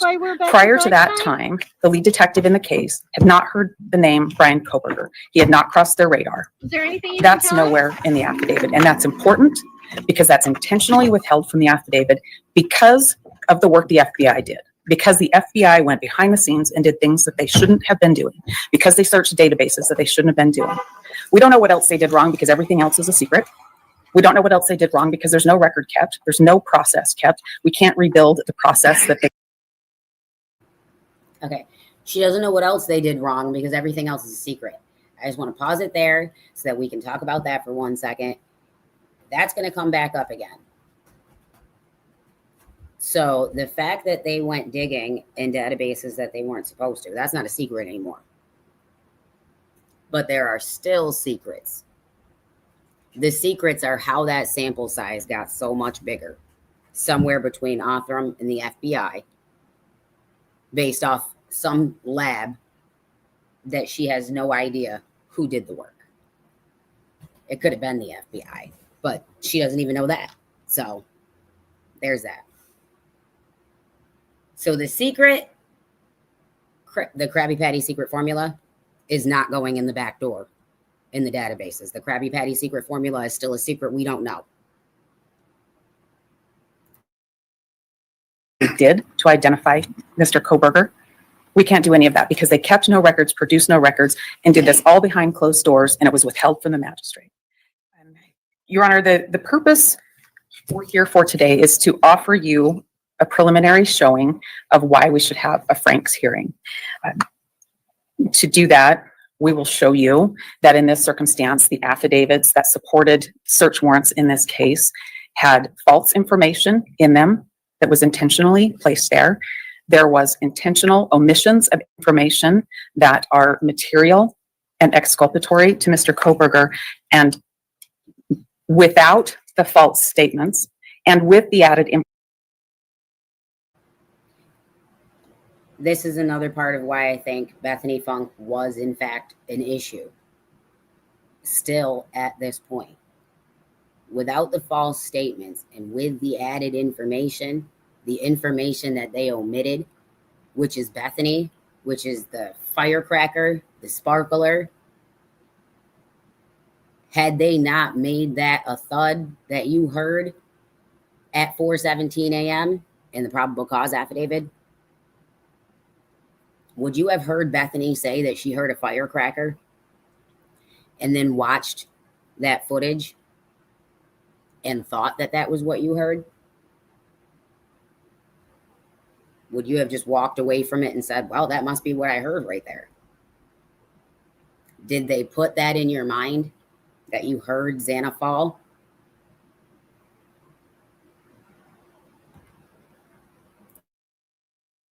Information in probable cause on the warrants should not be found. Today, I'm asking you to listen to what we have to say, look at the exhibits that have been admitted, and I'll walk through those with you to talk about the 13 areas. And at the end of this hearing, we will have met the preliminary showing required in order to schedule a Franks hearing and fully challenge this. So it's based on this false investigation trail, and it's based on statements that are completely out of context from somebody that they interviewed that are incorrect statements when you take the totality of the circumstances together, and statements that this person disclaimed a couple of days later because she wasn't sure what she remembered was real, and give that to the judge. If you add in the missing piece of IGG and what happened with that, and as a judge, you know you've got law enforcement willing to violate their own policy, and you know that you're not being told the full story about what a witness is saying, and you're being led down this path to say there's a real investigation when there wasn't a real investigation, you don't find probable cause on that. We can start with the obvious issue. The obvious issue is that the FBI went through the back door or back window to dig in databases that the Department of Justice policy states they will try to avoid because, well, those databases don't want you in there digging through people's DNA to find them in crimes. And their customers are either already opted out of that because the company doesn't want it, or they've opted out of it for themselves.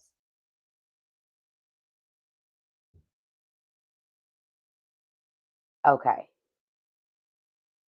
That's where we argued in court. That's where we argued. It was right there.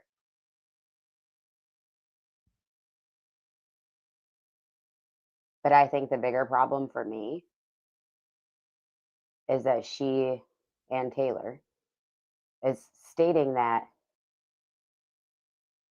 somewhere between Othram and the FBI, there was some unknown entity that did work. And when the sample leaves Othram, it's one size. When it gets to the FBI, the sample size has grown. So whoever that was in the middle, they've done some dilly-dallying there. Go through these. I won't read them in their entirety to the court, but Your Honor asked the prosecutor what they were. And I counted up, and at the very first interview, remember the issue was whether or not one of the victims ran downstairs. And she didn't say it once. She said it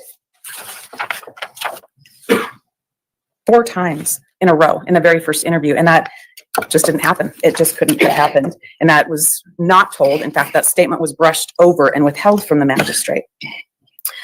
About the memory issues in the second interview the same day, there are 2 references to not remembering. A couple of days later, there's the third interview, and there's references to not remembering, being drunk, a statement, I don't know any of it, like half the stuff. I don't know if it's a dream or if it's real. That's at page 399.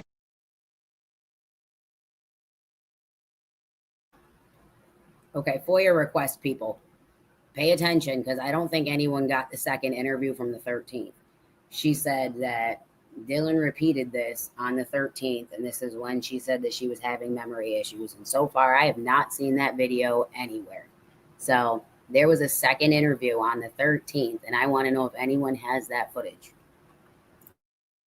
First interview, remember the issue was whether or not one of the victims ran downstairs. And she didn't say it once. She said it 4 times in a row in the very first interview. And that just didn't happen. It just couldn't have happened. And that was not told. In fact, that statement was brushed over and withheld from the magistrate. About the memory issues in the second interview the same day, there are 2 references to not remembering. In the second interview the same day, there are 2 references to not remembering, and she says it again a couple days later in another interview. And the couple days later is on the 17th. I've only seen this first interview from the 13th. The interview from the 17th, I think I heard the audio of. And I think the interview from the 30th, there was audio of. But where is this second interview from the 13th? A couple of days later, there's the third interview, and there's references to not remembering, being drunk, a statement, I don't know any of it, like half the stuff. I don't know if it's a dream or if it's real. That's at page 399. At page 406, I don't know if this was real or in my mind was just like playing with me. But from what I think I heard, someone was crying in the bathroom. These are definite statements that were not given to the magistrate, and in fact were brushed over. And credibility is really, really important when that person is relied on in the investigation. The credibility of the witness that they talked to, the one that they cited information from, that was relied on. That appears in these affidavits. The witness that they talked to, right? And then she goes into describing it. The one that they cited the information from, that's because they didn't cite the information from the witness that mattered more to her, which would be Bethany.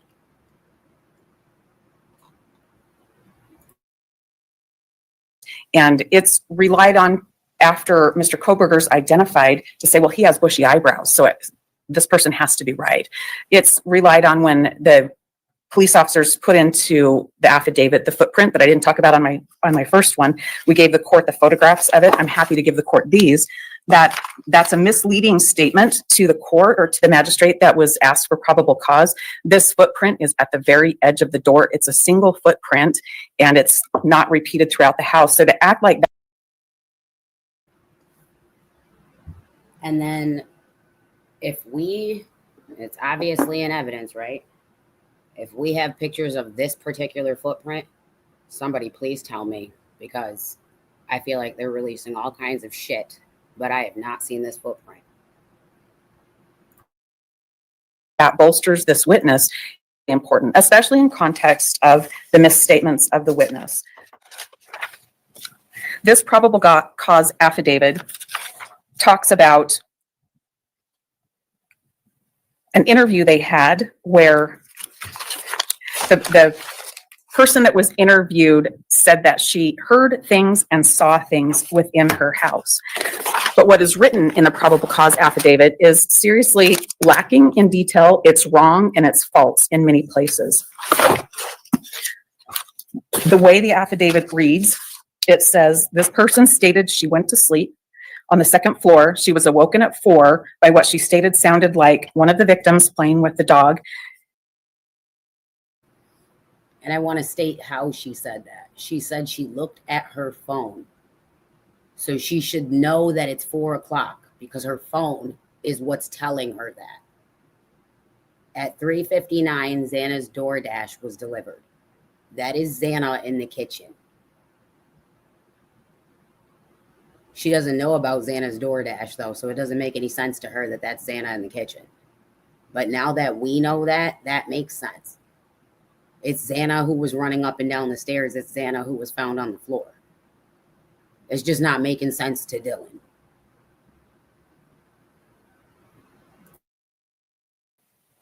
Which was on the 3rd floor.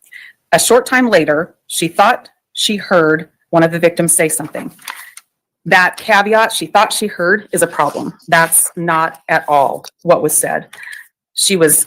This person was interviewed shortly after 911 was called in the afternoon of November 13th, 2022. And she was sure, I'm at Defendant's Exhibit 8A, page. She was sure. She didn't think anything. She was sure. And this is what she was sure of.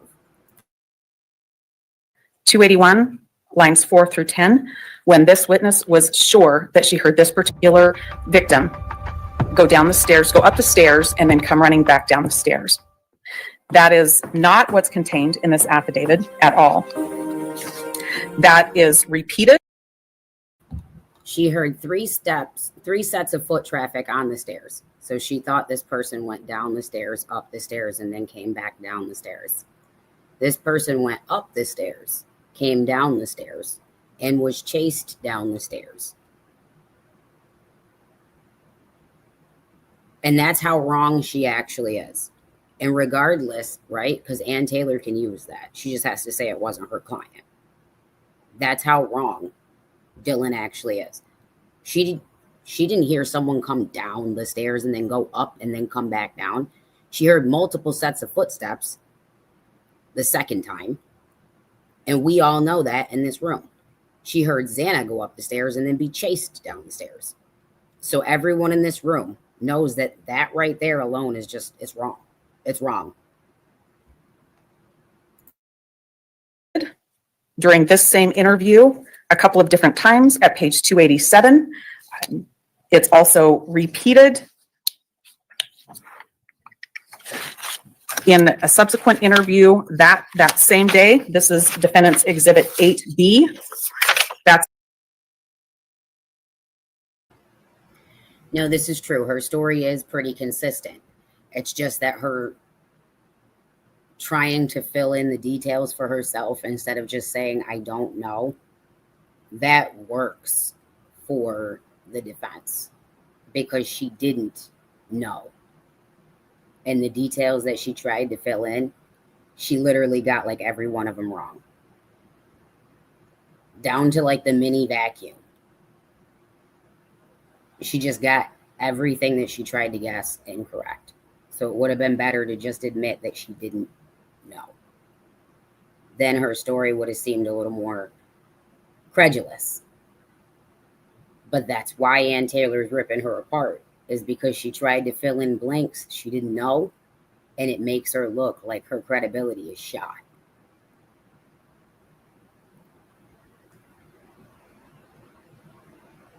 And I do agree.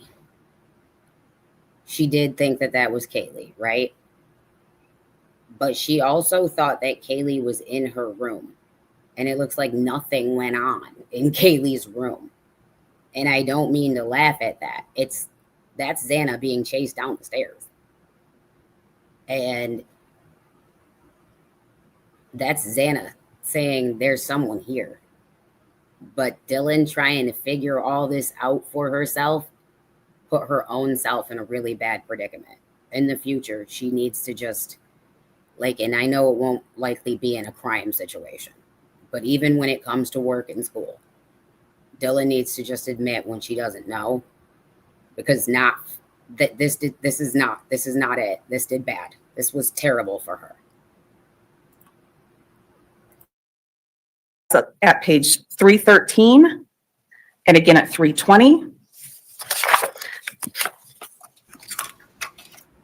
Sorry, just separate thought, but same concept. I don't know how many people saw it because it was on Nancy Grace, but there was a more recent, I think from like this past week, interview with, exactly, let's pray she's never in a situation like that again in her entire life. But I think this past week there was an interview with the Gonsalves family on Nancy Grace, and I heard them say that they know who the leaks were because obviously the leaks came from the DA's office, and that, you know, obviously by way, they were leaking information. Also, I was, to be honest with you. But we literally said that from the beginning. And they're like, one of the things that was told to the defense that, I'm trying to say it the way that they said it. One of the things that was told to the defense led them to subpoena our attorney, meaning the Gonsalves family attorney, Shannon Gray, was subpoenaed by the defense. And he's like, and it's because the leak obviously went back and told them what we said about one of their witnesses, like the state's witnesses. And he's like, the only people Steve is like, the only people we said that to was the people in the prosecutor's office. So someone from the prosecutor's office has to be the leak, because they went back and told the defense what we said about the state's witness. I guess they also had some questions about a witness. And maybe they wouldn't have had any questions about any witnesses if people weren't trying to answer questions for themselves as they were relaying information to the cops. They should have stuck to what they knew instead of trying to fill in what they didn't.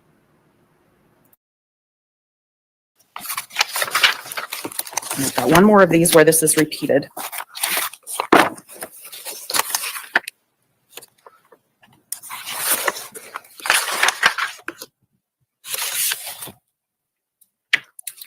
It's repeated again in D8C as well.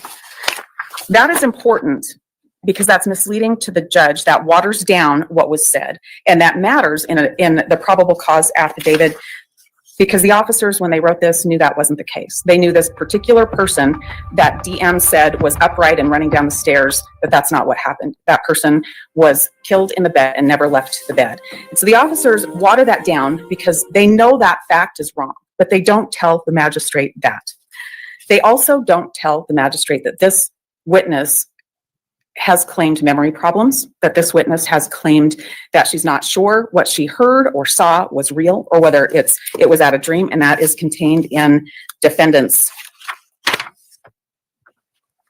8C, and that's going to be beginning at page 396, 398, 399, 403. There's further statements from that witness in that police interview that said that she had had too much to drink and couldn't remember. None of that is given to the magistrate. That is information that's withheld. That's credibility of the person telling law enforcement these things, and the magistrate had a right to know that whatever is laid out in here isn't exactly the way it was. That person had credibility issues, and she said things that were just absolutely untrue and couldn't have been true. Law enforcement knew that. That was intentionally withheld from the magistrate. That matters when we're talking about credibility and sets this whole thing into motion. Her issue with Dylan is really multifaceted. Dylan said things that could not possibly have been true. They don't fit the physicality of the crime scene. She made a lot of assumptions. She held on to those assumptions so hard. They were the crux of her story. it was Kaylee that she heard running up and down the stairs. So that's one issue. But another is that she's simply not sure if any of this was even real. She doesn't even know. The man with the bushy eyebrows that she saw walk out the door, Dylan herself is not sure.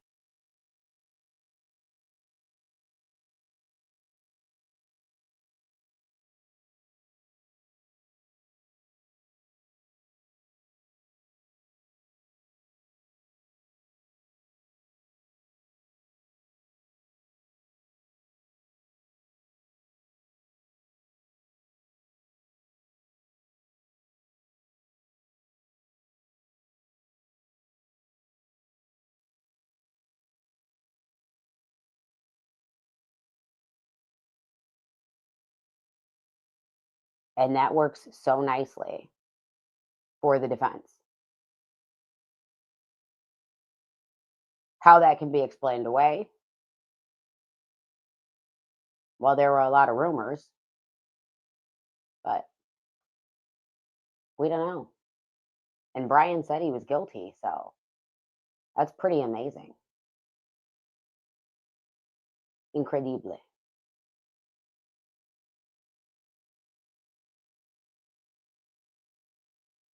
However, there's this issue because the roommates, they kind of align when a time is happening. But Anne also understands that the 1112 King Road camera footage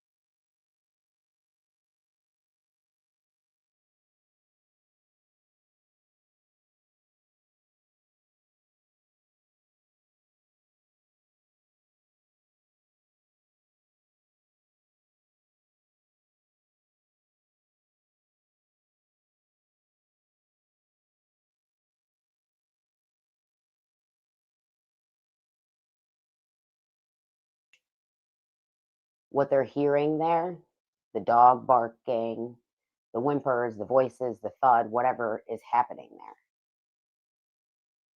that they're using that to pad the fact that Dylan and Bethany have the right timeline. And it would almost appear as if that's because Dylan's not even sure if this was real in her house. So you need something to kind of back that up.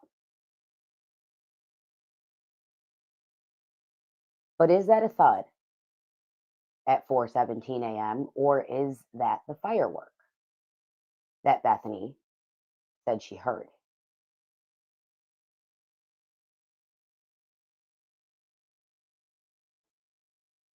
Mean that your timeline is off because the dog begins barking very aggressively after the thud or the firework, and it continues on for almost 30 minutes. So does the dog barking indicate the close of your timeline, like the state says, or does it indicate the beginning of a timeline that Ann Taylor is trying to lay?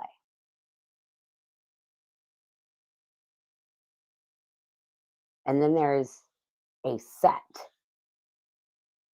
like using a math term, a set of unknown male DNA in the home. So A, we would assume is Bryan on the sheath, and well, no one debated that. B, the handrail to the first floor. C, I would assume is the nail clippings of Maddie Mogan's. D, the gloves outside of the residence. More than one, check the court transcript.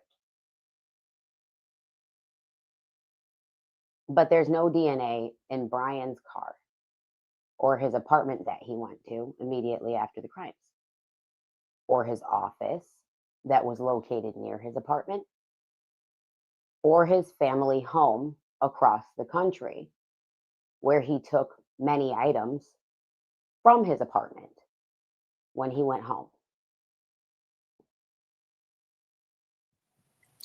The fact that Mr. Kohberger gets arrested, his apartment gets searched, his car gets searched again, and his car gets searched again, and there's absolutely no connection between him and anybody from 1122 King. I mean, that's the ultimate question that will be before a jury. What does that mean, right? What does a knife sheath at a scene mean? That's going to be the ultimate question. You're Killed by a knife, that probably means a lot.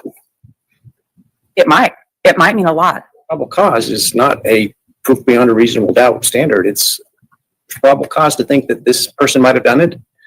And I'm not sure how that direct DNA connection to a sheath found on or near one of the victims doesn't close the book on anything on probable cause after that. Even if disclosed. Preclude a finding of probable cause when there's a DNA match between the DNA and the sheath in Mr. Kohberger. Isn't that probable cause every day and twice on Sunday? I don't think probable cause is in a vacuum. I think probable cause isn't one thing.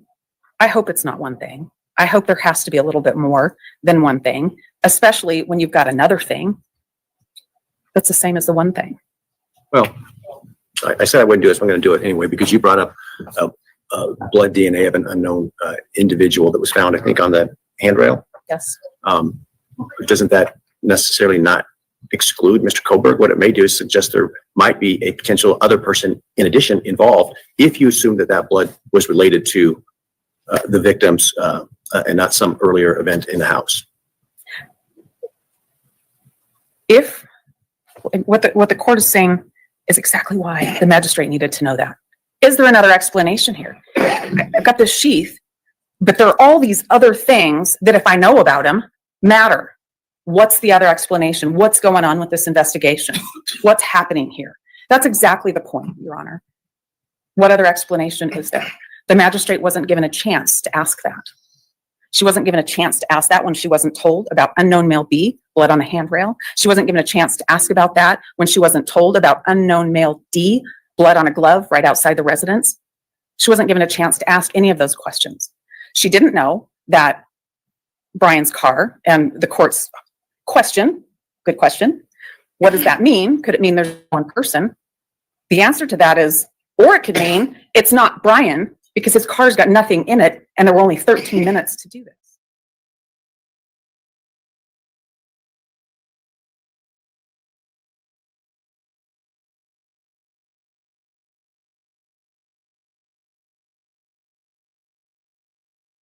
The magistrate didn't get to know that. In fact, his DNA is still on the knife sheath, though. That's the problem, counsel, for probable cause purposes. If that's the only thing she's told, I can see why she'd find probable cause. It's these other things that are withheld that create a context around it. I think the purpose of Frank's is to ask this very question, and this is a question. What do we want to do with our criminal justice system? Do we want to have one thing with no context around it when there's this other context that really matters? The Frank standard, which is, even if you add that stuff, does that take away probable cause, counsel? And my problem is, once you have a direct DNA tie to the defendant, for purposes of probable cause, this isn't for purposes of conviction, for purposes of probable cause, you have not explained to me why a reasonable magistrate, let alone any magistrate, wouldn't find probable cause there, even if they knew all those other facts. As to Mr. Kohberger, now, there may be, as you say, other people that creates concern or issues about that need to be investigated further. But I'm not sure that that diminishes the probable cause as to Mr. Kohberger if his DNA is found on a knife sheath found on or near the victim.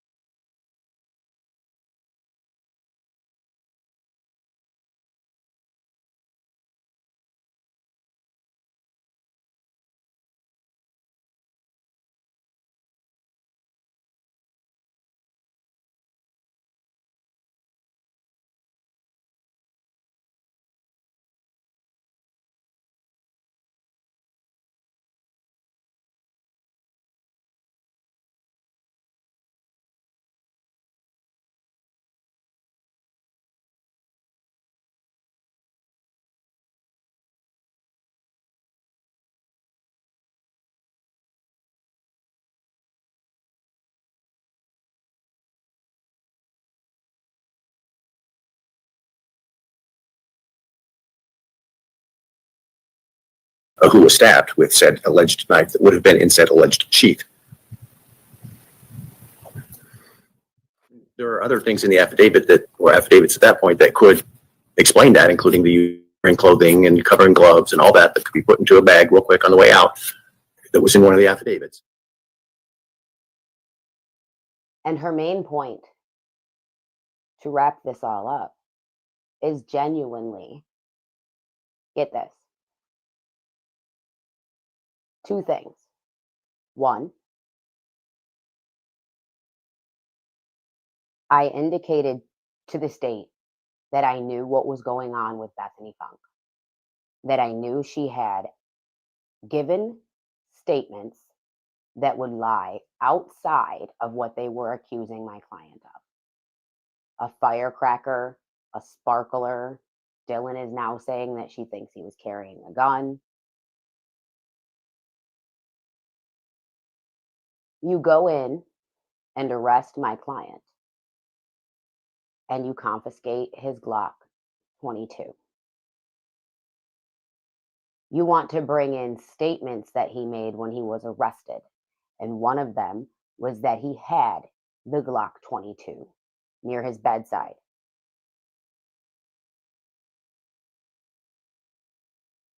We have one thing, right? The K-bar, the Bryan, the thing Dylan says she saw and heard. But then we have another thing. The Bethany, the firecracker, the sparkle, the gun that Dylan is now convinced this person may have been carrying. She didn't think so at the time, but she does now. And before I could present that in front of Magistrate Megan Marshall, who made the actual decision on whether or not there was probable cause to arrest my client, the state conducted the impaneling of a secret grand jury and indicted my client, disabling me from having a preliminary hearing in front of Magistrate Megan Marshall so that I could bring these things forward and make these witnesses talk about what it was that they said, what it was that they heard.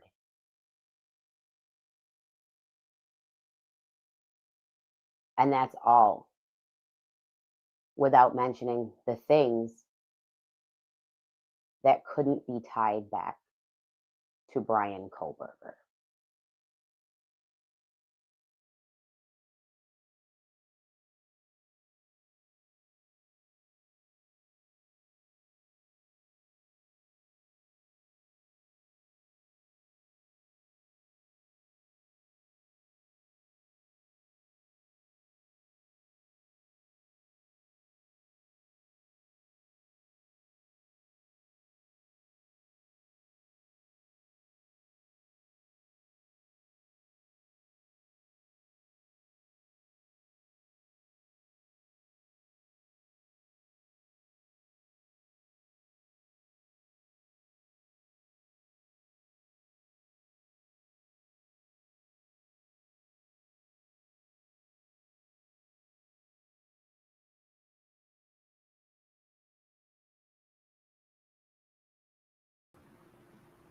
I would agree, Elle. I think it's pretty wild because it's like either we're missing something or we're missing something.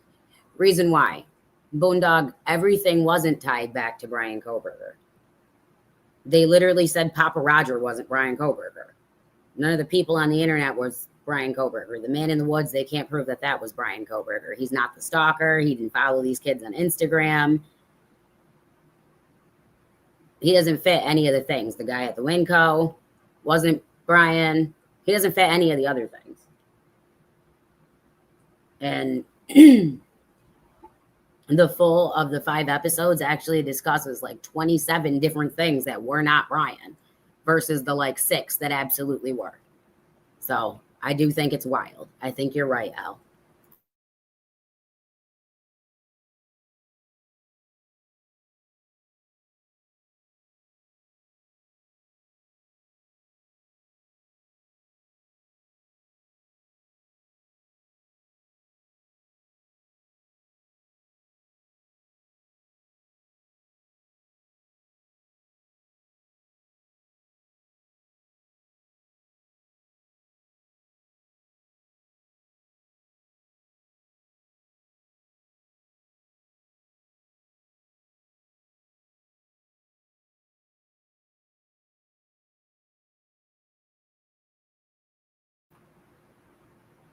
Very accurate.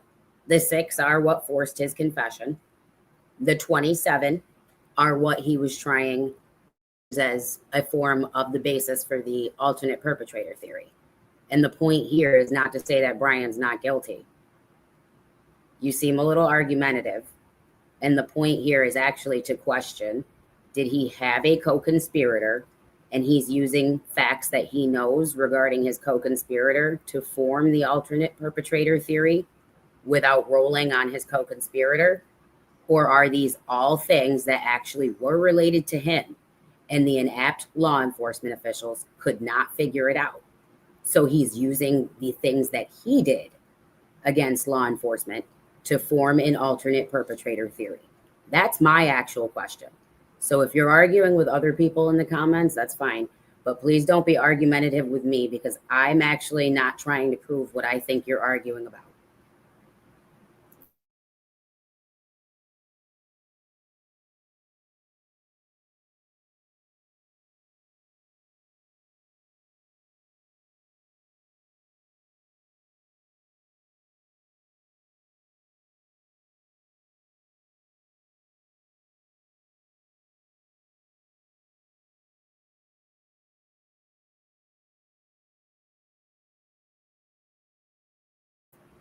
Cool beans. I must have done a good job explaining myself, because I don't see too many questions, comments, or concerns. With that being said, I'll see you guys in the next live. Have a great day, everyone. Happy Friday. Enjoy your weekend. Be safe.